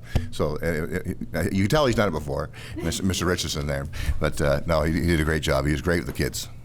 Well, if you want to change the behaviors of adults, work on the kids. You know, and I've said this before, smoke detectors. That's how we get smoke detectors in houses. We preach to the children. They go home and they say to their parents, have you checked your batteries? Where's our smoke detector? My generation, when I was in school, you know, you don't litter. You know, and, you know, so I'd get on the boat with my grandfather to sail off to the Ware, and no, you can't throw that empty oil jug overboard, Grandpa. Like, we'll take that back to the wharf, you know, and so different generations have different problems, but you work on the kids, and maybe some of the problems that we're talking about here starts in the classroom, and I think it probably does. I think it probably does. Councilor Islip? The one of the structure fires you're saying was steam. Was that up on Dover Hill or somewhere up in the? There was one that was that blew up over social media. That was in a manhole or something, and that might be an opportunity for actually a communication officer to quash that quite easy, because it was getting out of hand there for a little while on social media. No, I can comment on that. Somebody was down on the beach in Dover Cove, I'll call it, and there's a storm sewer that runs out there, and they lit a little fire in the end of the pipe to do whatever, warm their hands or cook a can of beans or whatever, and the smoke worked its way up through the storm and was coming out of a manhole on Milltown Boulevard, and, you know, that went. It would be, if you didn't know what was going on, it could have been something more serious. So to be alarmed by it is certainly an acceptable response, but it turned out that it wasn't everything that people thought it might have been. You're welcome. Thank you, Sean. All right, Southwest New Brunswick, Alex. Planning report. So last month, PRAC provided its view to council on the proposed municipal plan. PRAC had a couple of suggestions for minor amendments that could be to section on river tourism, and one related to adding mixed income with regard to affordable housing developments. There's also some public comments that have been received by council. There's one letter tonight. Any amendments to the municipal plan can happen at your second or third reading. So individual councilor can motion a reading with an amendment to said section, and we can walk you through that when we're closer. So the next step is to present to you a zoning bylaw that complements the development vision of the municipal plan. And so we're working very hard on getting that to Jeff and his team to review. And if we're in the right spot with it, I think we potentially could have something to present to you at your next committee meeting. Possibly. That's tentative based on some schedules and stuff. But if not, we'd be looking towards the end of July and maybe potentially in August. We provided the CEO with a draft facade improvement program for downtown, help implement the downtown revitalization vision that envisioned the municipal plan. So that's sort of in a tentative draft phase. So the CEO is going to do some consultations with the BI on that. There's also some housing data that we've supplied to the MDSS on regard to a housing infrastructure grant application.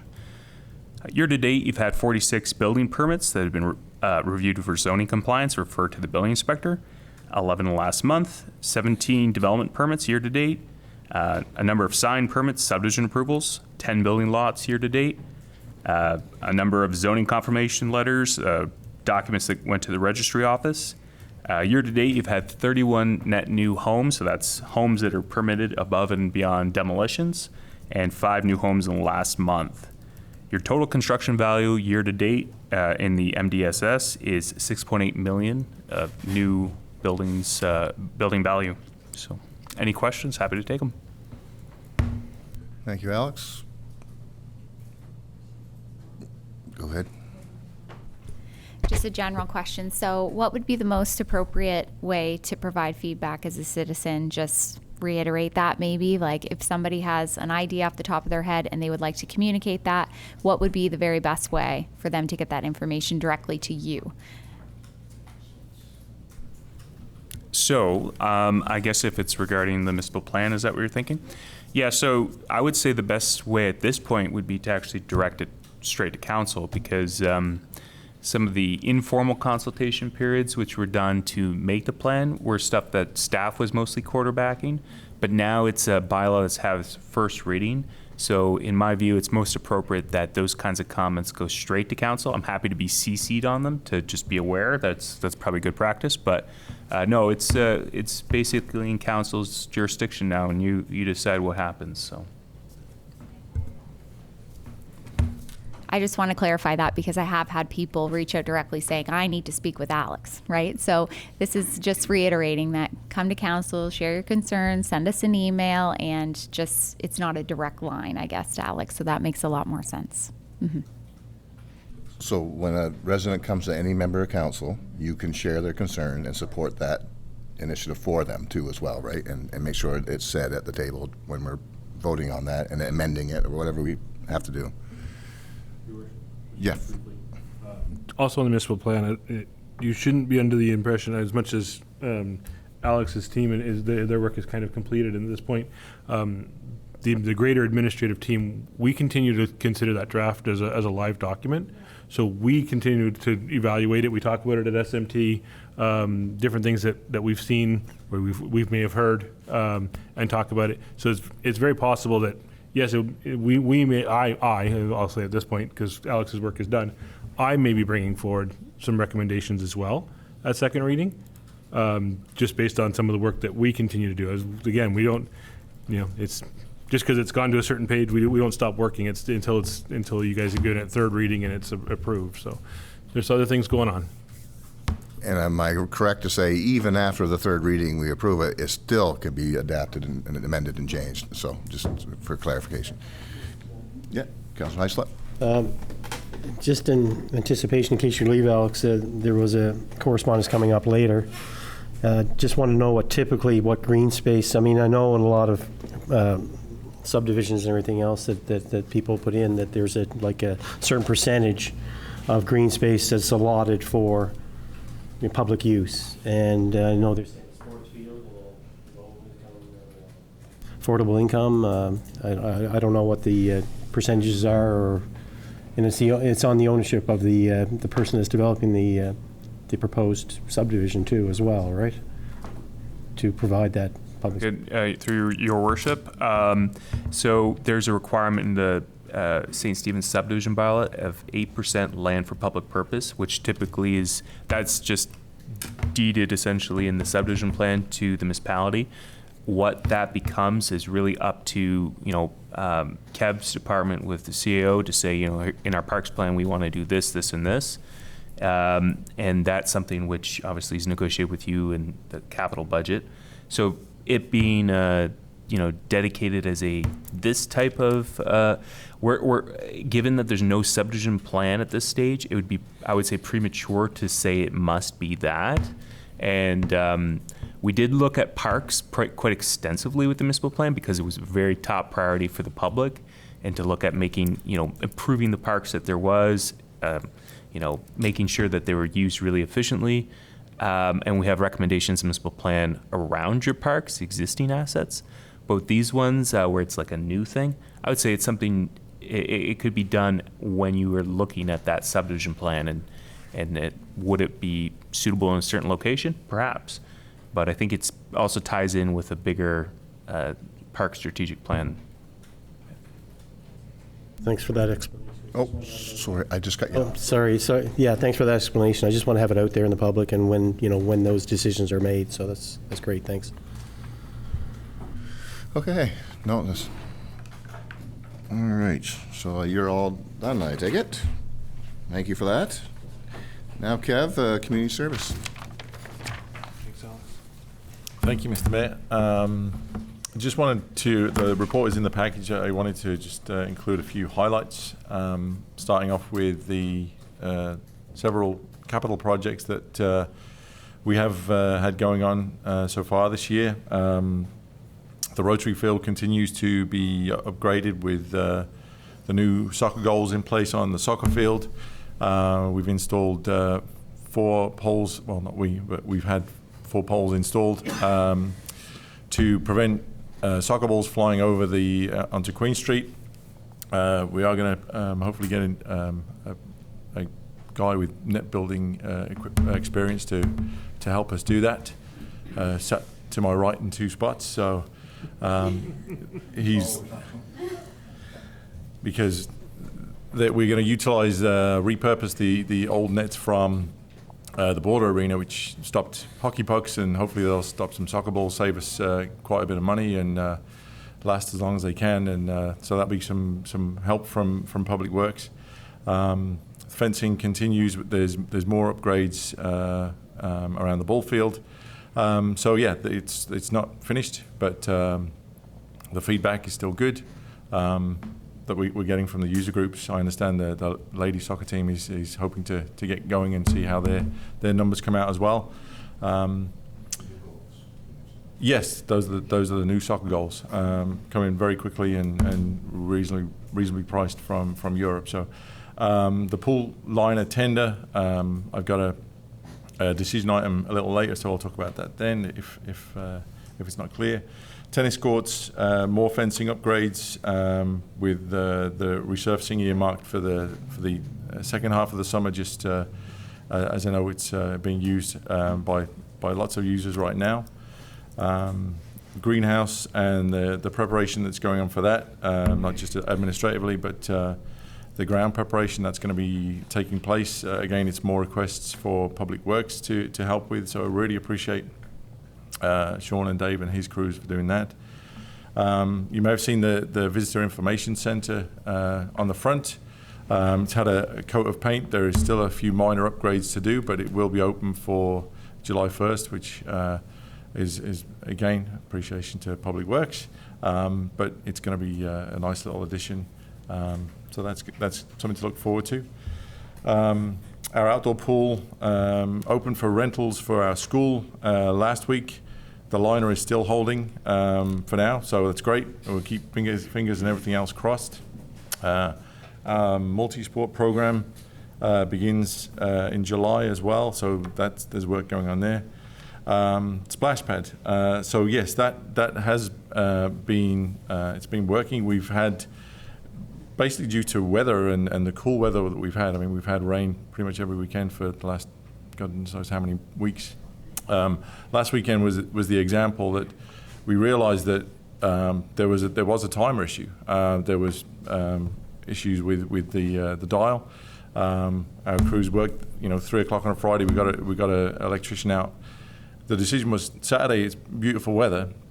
Do we leave it run all weekend? And you'll get calls for it running at 10 o'clock at night, or turn it off for the weekend. Well, this is the thing. The part was replaced. The time it comes on is 10 in the morning, and it shuts off at 8 o'clock at night. So it's been that way for a while, as long as everything's going, and it's one of those things that, yeah, we know it can look like it's on at different hours, but we try and keep it as reasonable as we can, and it's weather dependent. If it's rainy, we still have it running, but kids will play in the rain and a splash pad. So yeah, it's just one of those things. Weather related, as I said, we've still got, yesterday, for example, we had Sean's crew, but Jen and her crew with the horticultural displays, they're watering in this weather constantly, and I think you'll agree that the displays, as usual, are looking fantastic. We've got weeding, we've got parks, we've got mowing going on. This is the busiest time for that too. So busy time in parks and community services. Other things, Councillor Cornish requested a trip to Hampton. We did that. Jeff and I went up last Tuesday, so I didn't get a chance to put it in this report, but it was a positive experience there in their busy season as well as us. The advantage that they have over ourselves is their arena, their old arena, which they're repurposing, stopped as a rink in April, compared to ours, which is 10, 11 years ago. So they've been able to keep their building up to code. They've gained some funding, not huge, a few hundred, a few $1,000s for equipment. So they've got the equipment, whether it's pickleball or basketball nets or soccer nets, on their old ice rink. So they still have some concerns with the winter and the fall, because of it's not geared for indoor sports, such as those I just mentioned. During the winter, it should be for hockey, and so they've got a cold floor that could be slippy and people playing on it. So they're working on insulation and making the building weatherproof for the winter. So very useful a trip. We also had a quick, it's not open yet, but we took a stroll around the parking lot of their new facility as well. It just shows, they're using the same budget they started with. The project has dwindled in half. It's half the size of what they originally set out to, but it's still the same cost as what it originally was. So it shows you, our facilities are becoming more and more expensive, and getting contractors is tough. So other than that, I want to thank the Mayor for his help with that scholarship. You may have seen a vehicle in town. Thank her too. Deputy Mayor Wheaton. The mother. Principal. The Mothers Against Drink Driving vehicle, which has now gone. That was on display. We worked with them. We'll try and get some better signage next year, and hopefully get some involvement with the schools as well. So, and then, as we talked about weather, it's a theme on this report. Is yesterday we put our ice in for the winter on the hottest day of the year. So, thanks to Jeremy and his crews for doing that. The indoor pool is soon going to be closed for a few weeks while it does some cleaning, and we have the outdoor pool. And we've got lots of events. We've got Canada Day, we've got a mini carnival, we've got the summer concert series, we've had the circus, we've had the pop-up and play. So, yeah, we're trying to do the best we can. And if there's any questions, please let us know. Yes, I'm gonna jump in first before you guys start rolling. I'll never get you. I just want to bring up a wonderful lady I met. Finally tracked her down because I heard she's going around cleaning up. She's got the picker-upper tool, the claw, I call it. Anyway, I finally met her, and I gave her some thanks, obviously, and had a great chat. And I told her my story about when we did Lydia's cleanup, how I did the whole waterfront, and I met Richard in the middle. I got one bag, and I had to work hard to get that one bag. I had to crawl down on the shore. So normally it was a lot more bags I would get. So I told her that story. So, I mean, and there's a gentleman out too I haven't tracked down yet doing the same thing. But I found out a little bit about her. I mean, her name is Nina Spitzer. And she's a novelist. She writes children's books, and oddly enough, the name of the book that she told me about is The Monkey Who Vacuumed the Jungle. And so it's on Amazon, everyone. I just want to give her a little shout out to her. She deserves a thanks and deserves someone buying her book, as far as I'm concerned, because she's cleaning the jungle for us. So it was great to meet her anyway, so I just wanted to share that. So if your cleanup crew is not seeing much to clean up, that's probably what's going on. Get some stiff competition out there. And someone over here, Deputy Mayor? Yeah, I just wanted to, you mentioned, Kev, all the events taking place, but we have this wonderful booklet that's right at the entrance of the Civic Center. But if you go to the middle page, look at this, it's got from May, of course that's already gone by, but right down to Christmas. And not all the events are there because some new events have come up, but it's people, I've picked up some, given them some to people, and they love it because they can see. So, and Canada Day will be full, of events, right? It starts, the vendors market will be there, and it's really a nice thing to go to. So, and there's also the International Festival one is coming out soon. So there's lots of events there.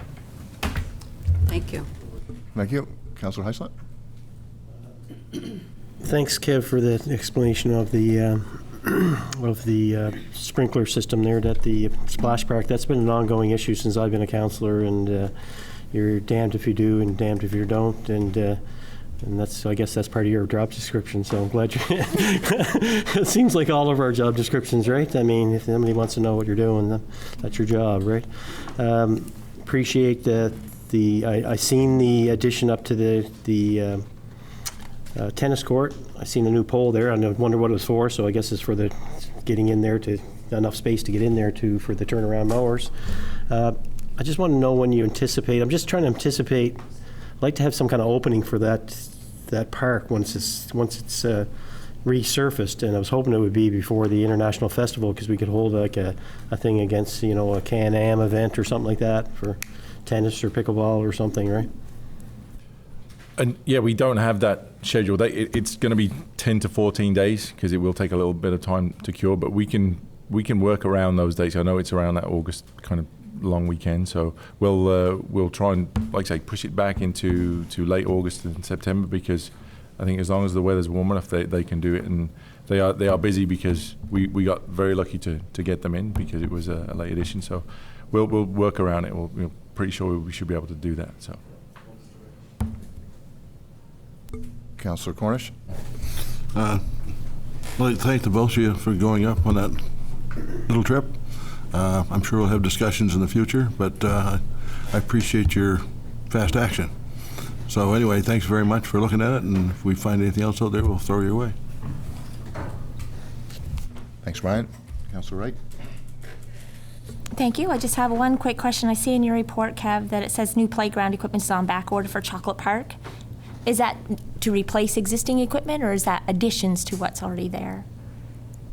There's a swing that got broken, so it's replaced that. There is a couple of letters that have been missing, and we've been trying to get those back ordered from the right manufacturer. They're very, you can't go on somebody else's equipment. So yeah, it's getting them. I'm not making excuses for them, or they're in their busy season, but yeah, it's weekly reminders just saying, hey, how's the status of this? Because having just a C of an ABC, just people are surprisingly haven't put graffiti on there yet, so don't give them ideas. Thank you. Good question. Thank you for bringing that up. All right, Jeff. Just one other thing that we talked to our friends in Hampton about that council would probably benefit from hearing. When we were there, our conversations were wide in scope on the recreation front. They had just recently been able to actually get their agreement in place with the school division again on community fields. So we actually explored what they did. They actually shared the documents that the agreement they had just signed. They too noted that it had taken years to get their ink on the paper. So that is still, again, trying to be upfront about things going on in the background, still something that is on our priority list to sort out one way or another with our friends at the school.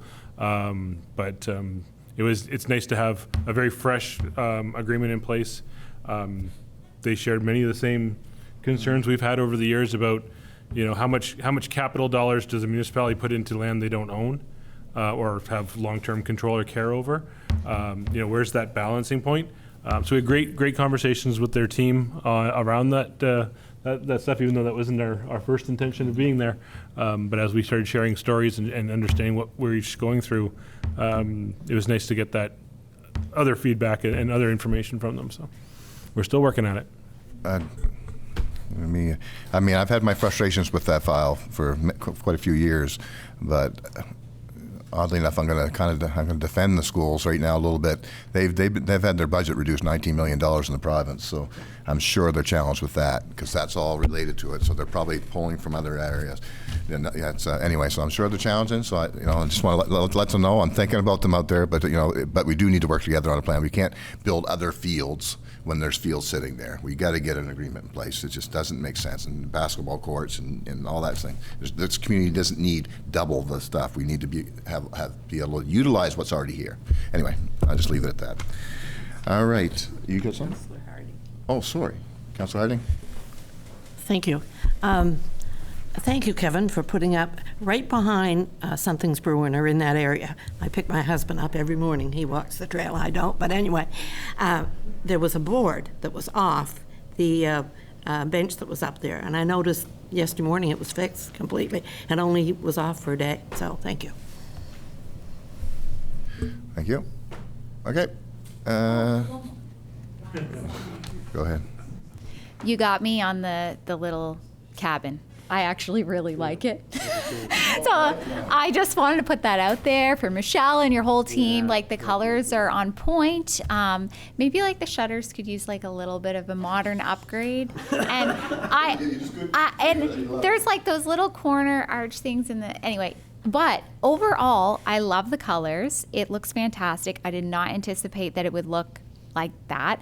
And it also does not take up too much space on the waterfront. Like it's nice that you can still sit at Five Kings and overlook the water and it's not kind of deterring the view. So anyway, I just had to fess up on that. Ditto.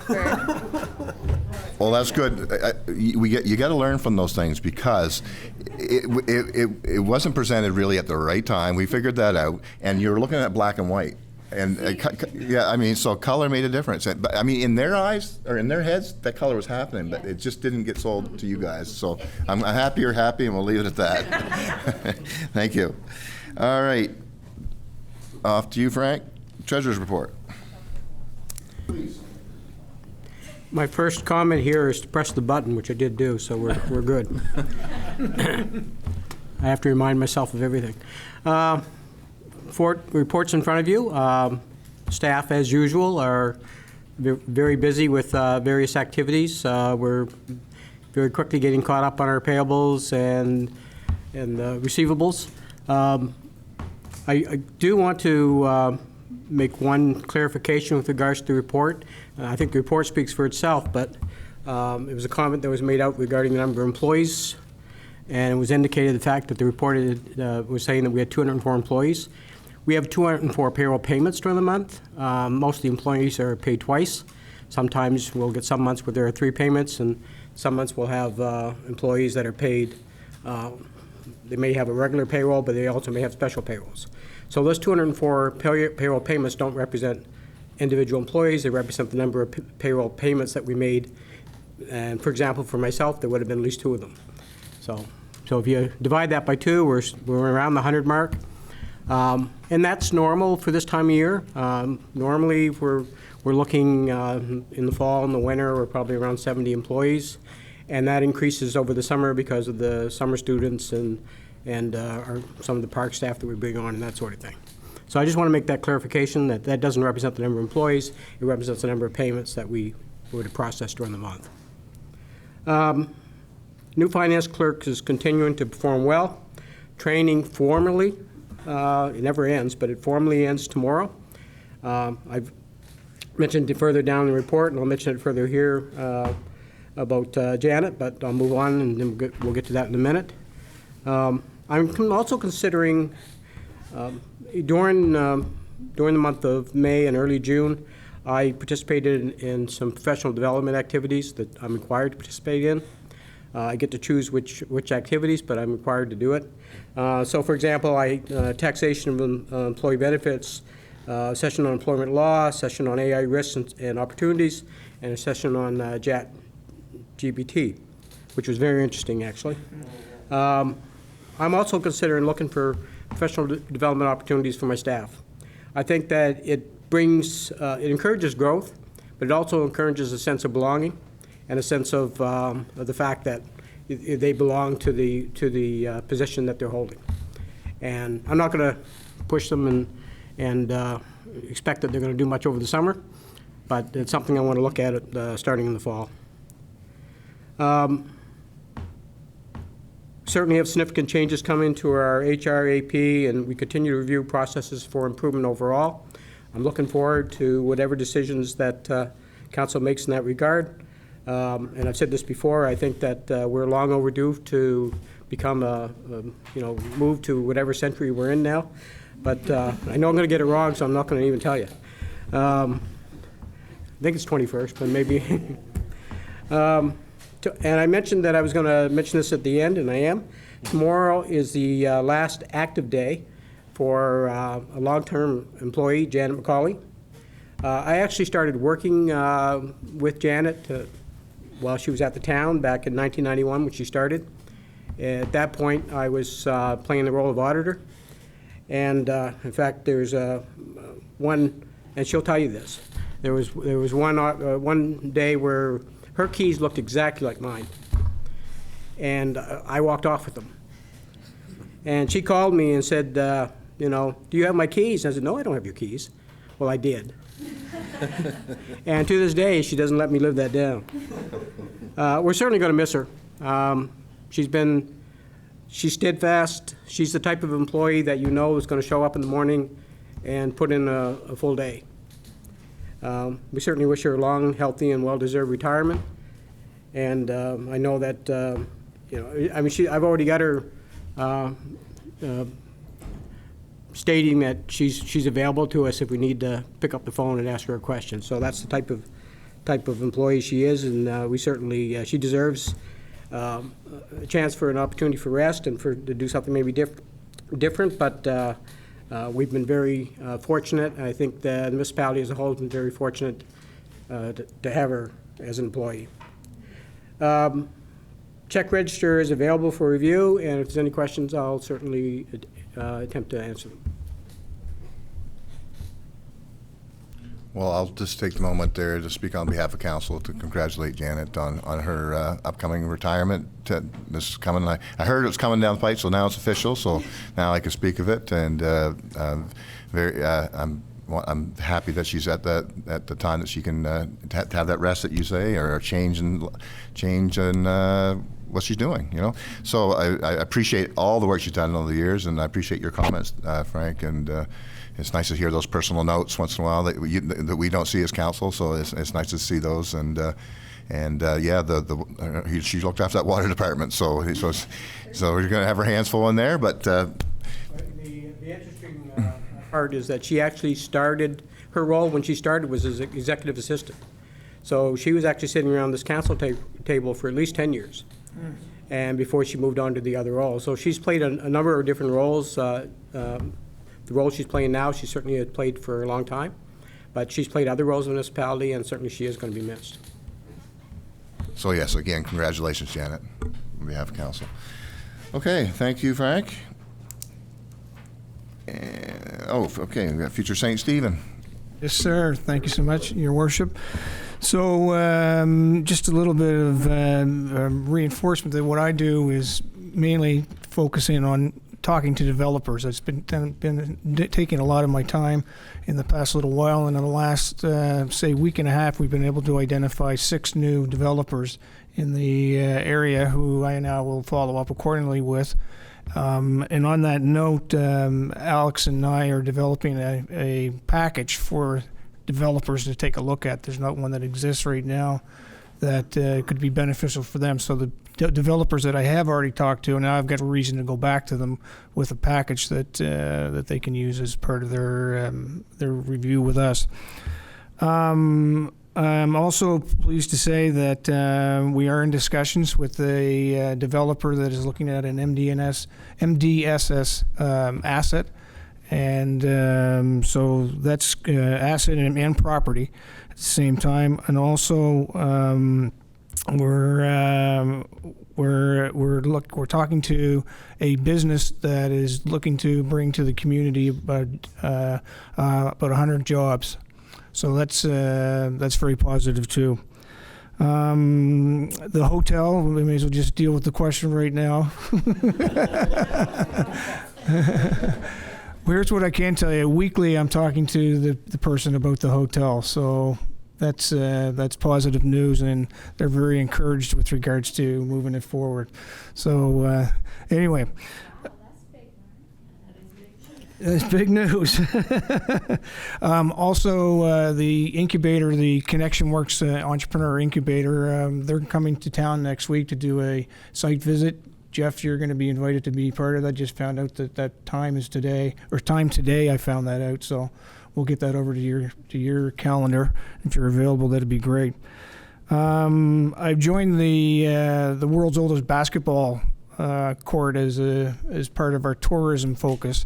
And it's, you want to get behind a project. This one's got some really unique things associated with it that, one, they've been able to raise quite a bit of money so far, and two, the essence of the value that it can bring to our downtown area is going to be positive. Talking about downtown, I don't know what I've admired today with the flowers that are going right down the street. It's just beautiful downtown right now. Let me see. Oh, yes, we had our AGM yesterday, and that proceeded accordingly. So that's it for my report. If anybody has any questions. Just a comment, the package you're going to give out to developers, if you're doing this already, great, but help them with contacts of the certain departments they need, give them the phone numbers and emails, contacts, that would be good. Things that they need to know that would help their development process go as smoothly as possible, because it's challenging enough doing development to start with, but anything they're not, surprises are awful, as we know, so let's try to take the surprises away. So anyway, just you may already be on that, but just something to thought. Well, in a similar sense, we're going to bring some properties into the package, obviously, and suggest ideas for how they can actually use that property. So same thing as the telephone numbers. Make it easy for them. Cornish? Rivers, just a comment. You probably know about it anyway, but I've been watching the news Prime Minister Carney, and today he came out again that they're going to advance 1.3% of GDP towards the military. He's going to bump it up to 5% between now and 2035, so 10 years. Just a note that there may be some interest in that area also for infrastructure. In other words, they're probably going to be building more airplanes, tanks, gas cans, whatever. So I just wanted to mention that to you. And the other thing that always bothered me too that we did have here, and it is human beings, and that is we used to have a number of people that were involved in reserves, and reserves now are basically, I wish our friend was still here with us, but that they are people, and a lot of those are permanent. Even though they're reservists, they are permanent. So we used to have an armory here. If we could bring in some more people, and the reservists would be very helpful to the fire chief or anything else. So yeah, since he's bumping the budget up, maybe we can jump on it, Rivers, a little earlier and take a look at it. All right, anyway, that's all I wanted to say. I'm going to jump on that. I got to add a comment on my, actually that's this afternoon, my mayor's, Border Mayors Alliance meeting. We talked about just that announcement, and about how the border communities should be able to see the benefit in all that investment in that field. So just because we're on the border, right? So I will be pulling on any weight that I have at that meeting and trying to bring it to Rivers in our district as well. So those things were talked about. Actually, so that sounds hopeful when you thought of it too. So it was discussed today. All right, Councilor Rodas. I want to thank Rivers too. I made a connection with a private developer for special care homes and nursing homes, so that's super exciting, and pass it off to him. And so the cool thing about development is right now there's just so many different forms of development that's actually needed. So the fact that, you know, while we have a healthcare conversation going, the fact that we have private developers out there now who are seeing the gap in care homes and willing to develop from the ground up, that's really exciting. So just kudos to you and your team for not only, you know, economic development, but healthcare development too. There's lots of opportunities, and he's doing a really wonderful job. So, kudos. Careful hit. Yeah. The door's only so wide. Yeah, I hope you can appreciate your healthcare file is growing. So thank you to you guys for that. I really appreciate that because it's connected to so many things. And thank you, Jeff. Just while we're on economic development, wanted to advise council that last week we were advised that the grant application we put in to extend infrastructure to do the Budd Avenue extension to make the site immediately adjacent to, or on the other side of our pump house, that remnant land by the beacon, that the provincial government has reviewed our application and has now forwarded it to the federal government for approval. We were asking for, in the order of, that's about a $2.5 million project to extend road, water, sewer, to make that site developable.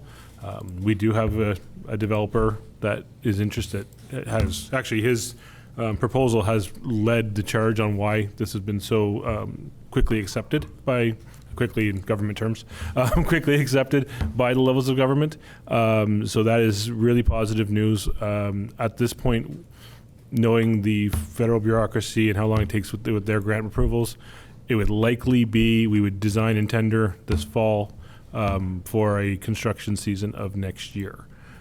So just, again, it's things going on in the background, and government wheels are slow to turn, unfortunately.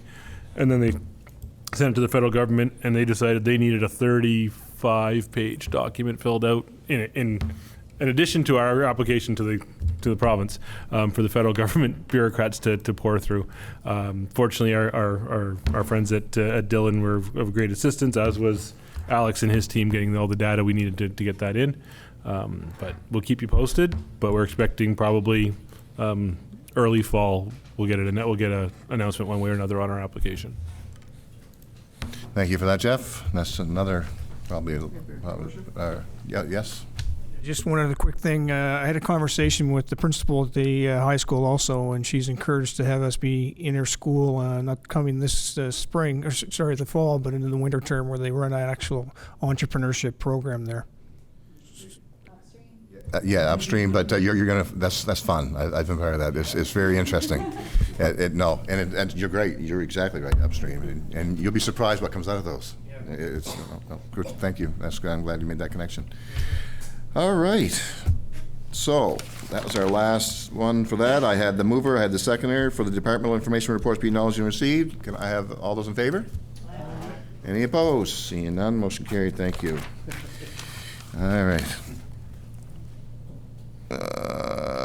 New business. Mover and seconder for request for decision for A, proposed amendment to the medical professional recruitment policy.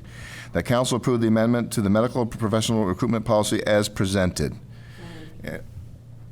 Mover is Councillor Harding. Councillor Otis. Oh, sorry. Any questions? All those in favor? Any opposed? Motion carried. Good work. Thank you for your work on. Thank you. Next one is a proposed resolution that council approve the 2026 public participation plan as presented. Mover and seconder, please. Deputy Mayor Wheaton. Councillor Wright. Questions? All those in favor? Any opposed? Motion carried. Thank you. And let's see, letter C, proposed resolution that council, mover and seconder. Oh, sorry. Want to take a 30-second pause? Oh. Oh, this is the one. Do I just say I declare conflict? You've already Yeah, done yeah, it. you already done it. Just, yeah. We'll have a form for you to fill out for the records. Yeah.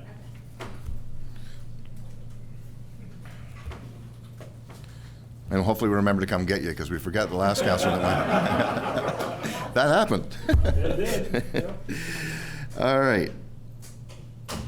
Okay, start that again. I'll take a mover and seconder that council approve the attached corporate resolution authorizing Jeff Renaud to act on behalf of council to arrange and negotiate the listing and sale of any property owned by the Municipal District of St. Stephen through May 2026, 2027. Councillor Heislip? Second. Councillor Cornish? Questions? I would just speak to it really quickly. Yes, sure. I know you're moving quickly, but so I just want for everybody's clarity. The intention here is not to give me such power as to act unilaterally.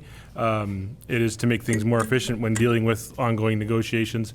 What we will do if this passes, council and I will work together on list pricing for properties that get listed. And much like we do with union contracts, you guys will give me the envelope in which you're satisfied that I can operate without coming back for further approval.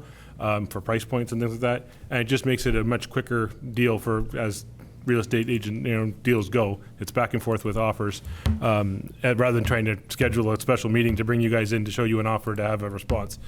So that's the intent here, but it's not. I have no intention of trying to turn this into a unilateral thing. We'll just be doing things behind the scenes to make sure that the authority's there. That was part of the comment I was going to make. Is in the end of the day, we're still going to vote on the sale. Right, in the end of the day. That's all.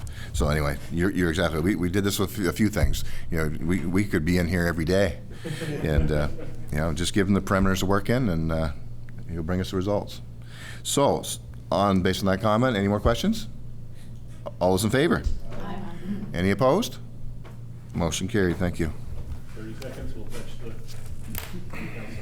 council. We won't forget this time.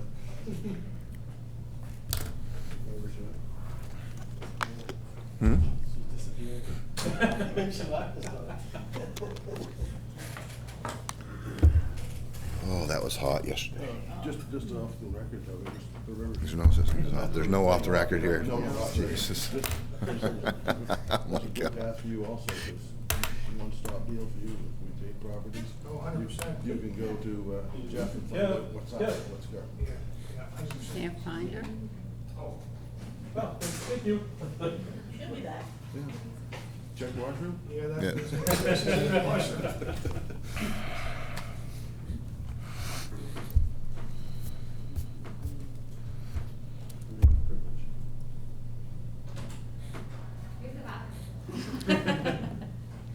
We tried to send Kevin. Yeah. All right. Mover and seconder for that council approved and award the contract for the outdoor pool line and replacement project at the WT Booth Centennial Pool to Acapulco Pools. The lowest compliant bidder with the highest weighted score in the amount of $159,000 plus applicable taxes, HST. Questions? Or, sorry, mover is Councillor Harding. Sorry. Deputy Mayor, or sorry, Councillor Cornish. Thank you. And any questions? Just a comment from me, thank you. I was looking forward to seeing that work done. All those in favor? Aye. Any opposed? Seeing none, motion carried. Thank you. Oh, another good one here. Okay, I need a mover and second. The council approve the awarding of a contract to Avanti Software, Inc. for the provision of the implementation of a human resource information system and digital payroll software, and that Chief Administrative Officer be authorized to execute the necessary agreement on behalf of the Municipal District of St. Stephen. Mover and seconder, please. Councilor Heislip? Councilor Wright? Questions? All those in favor? Aye. Any opposed? Motion carried. Okay, I need a mover and seconder. The council authorizes the Chief Administrative Officer to enter into an agreement with the Xerox Canada Limited for the implementation of the accounts payable automation solution as outlined in option 1 of their May 8th, 2025 budget proposal at either a cost of $9,000 annually over 5 years or a one-time payment of $40,000 based on the municipality's preferred payment structure. Mover and seconder, please. Councillor Harding. Second. Deputy Mayor Wheaton. Questions? Councillor Wright? I see there was an option 1 and an option 2 in there. Oh. Sorry, I see that there was an option 1 and an option 2 for the Xerox. I know you're recommending, or the resolution said option 1. Is there an advantage of option 2 that would be beneficial to the municipality? We didn't see one when we were doing the review. I think it's just a matter of it's new, and so it's a 5-year contract, but we can get, if we're doing annual, we have an easier opportunity to negotiate a way out if it's not working for us, as opposed to paying it all up front. Yes, it's a little bit, there are savings for paying it all up front, but we'd rather have that money in the bank account, honestly. Yeah. If he lets you. If you let. There was another option there, the option 1. Xerox option 2 included, advanced document management, so that there was that option. That's what I was asking about. The short answer is yes, there would be an advantage to that. However, it's outside of the scope of the proposal that it was a value add they added to their proposal. You will be seeing at budget time a request from us to get into digital records management under a separate procurement approach.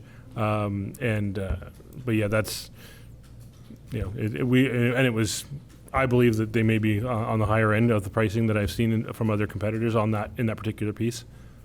Yeah. No, I think he covered it. Basically, I think the other thing we were looking at too is you want to get into the software and start getting used to that part of it, and actually get the benefits from just using it, and then we'd look at the document part of it afterwards. Thank you. All right. So I had a mover, I had a seconder, and there's your questions. All those in favor? Aye. Any opposed? Motion carried.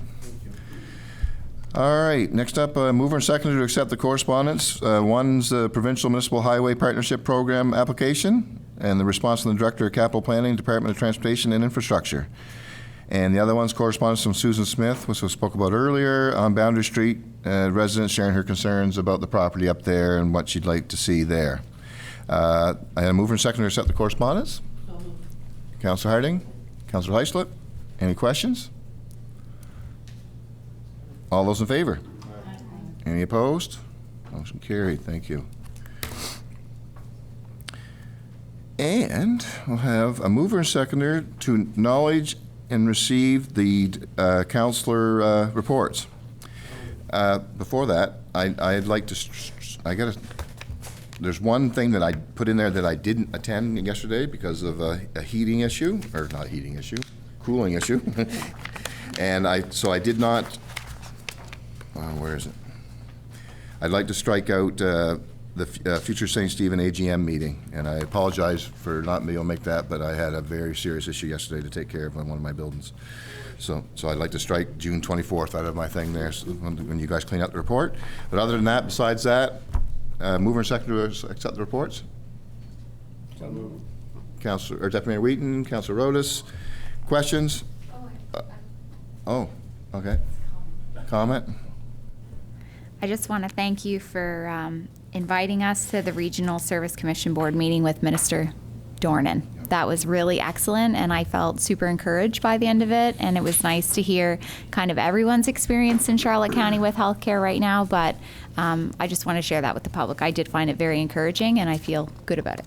I wouldn't dare go there without you two, because you guys have been working heavy on that file, so I appreciate your work on that, and plus I wanted to connect you with the minister and his team. So, all right, and the mover sector, no more questions. All those in favor?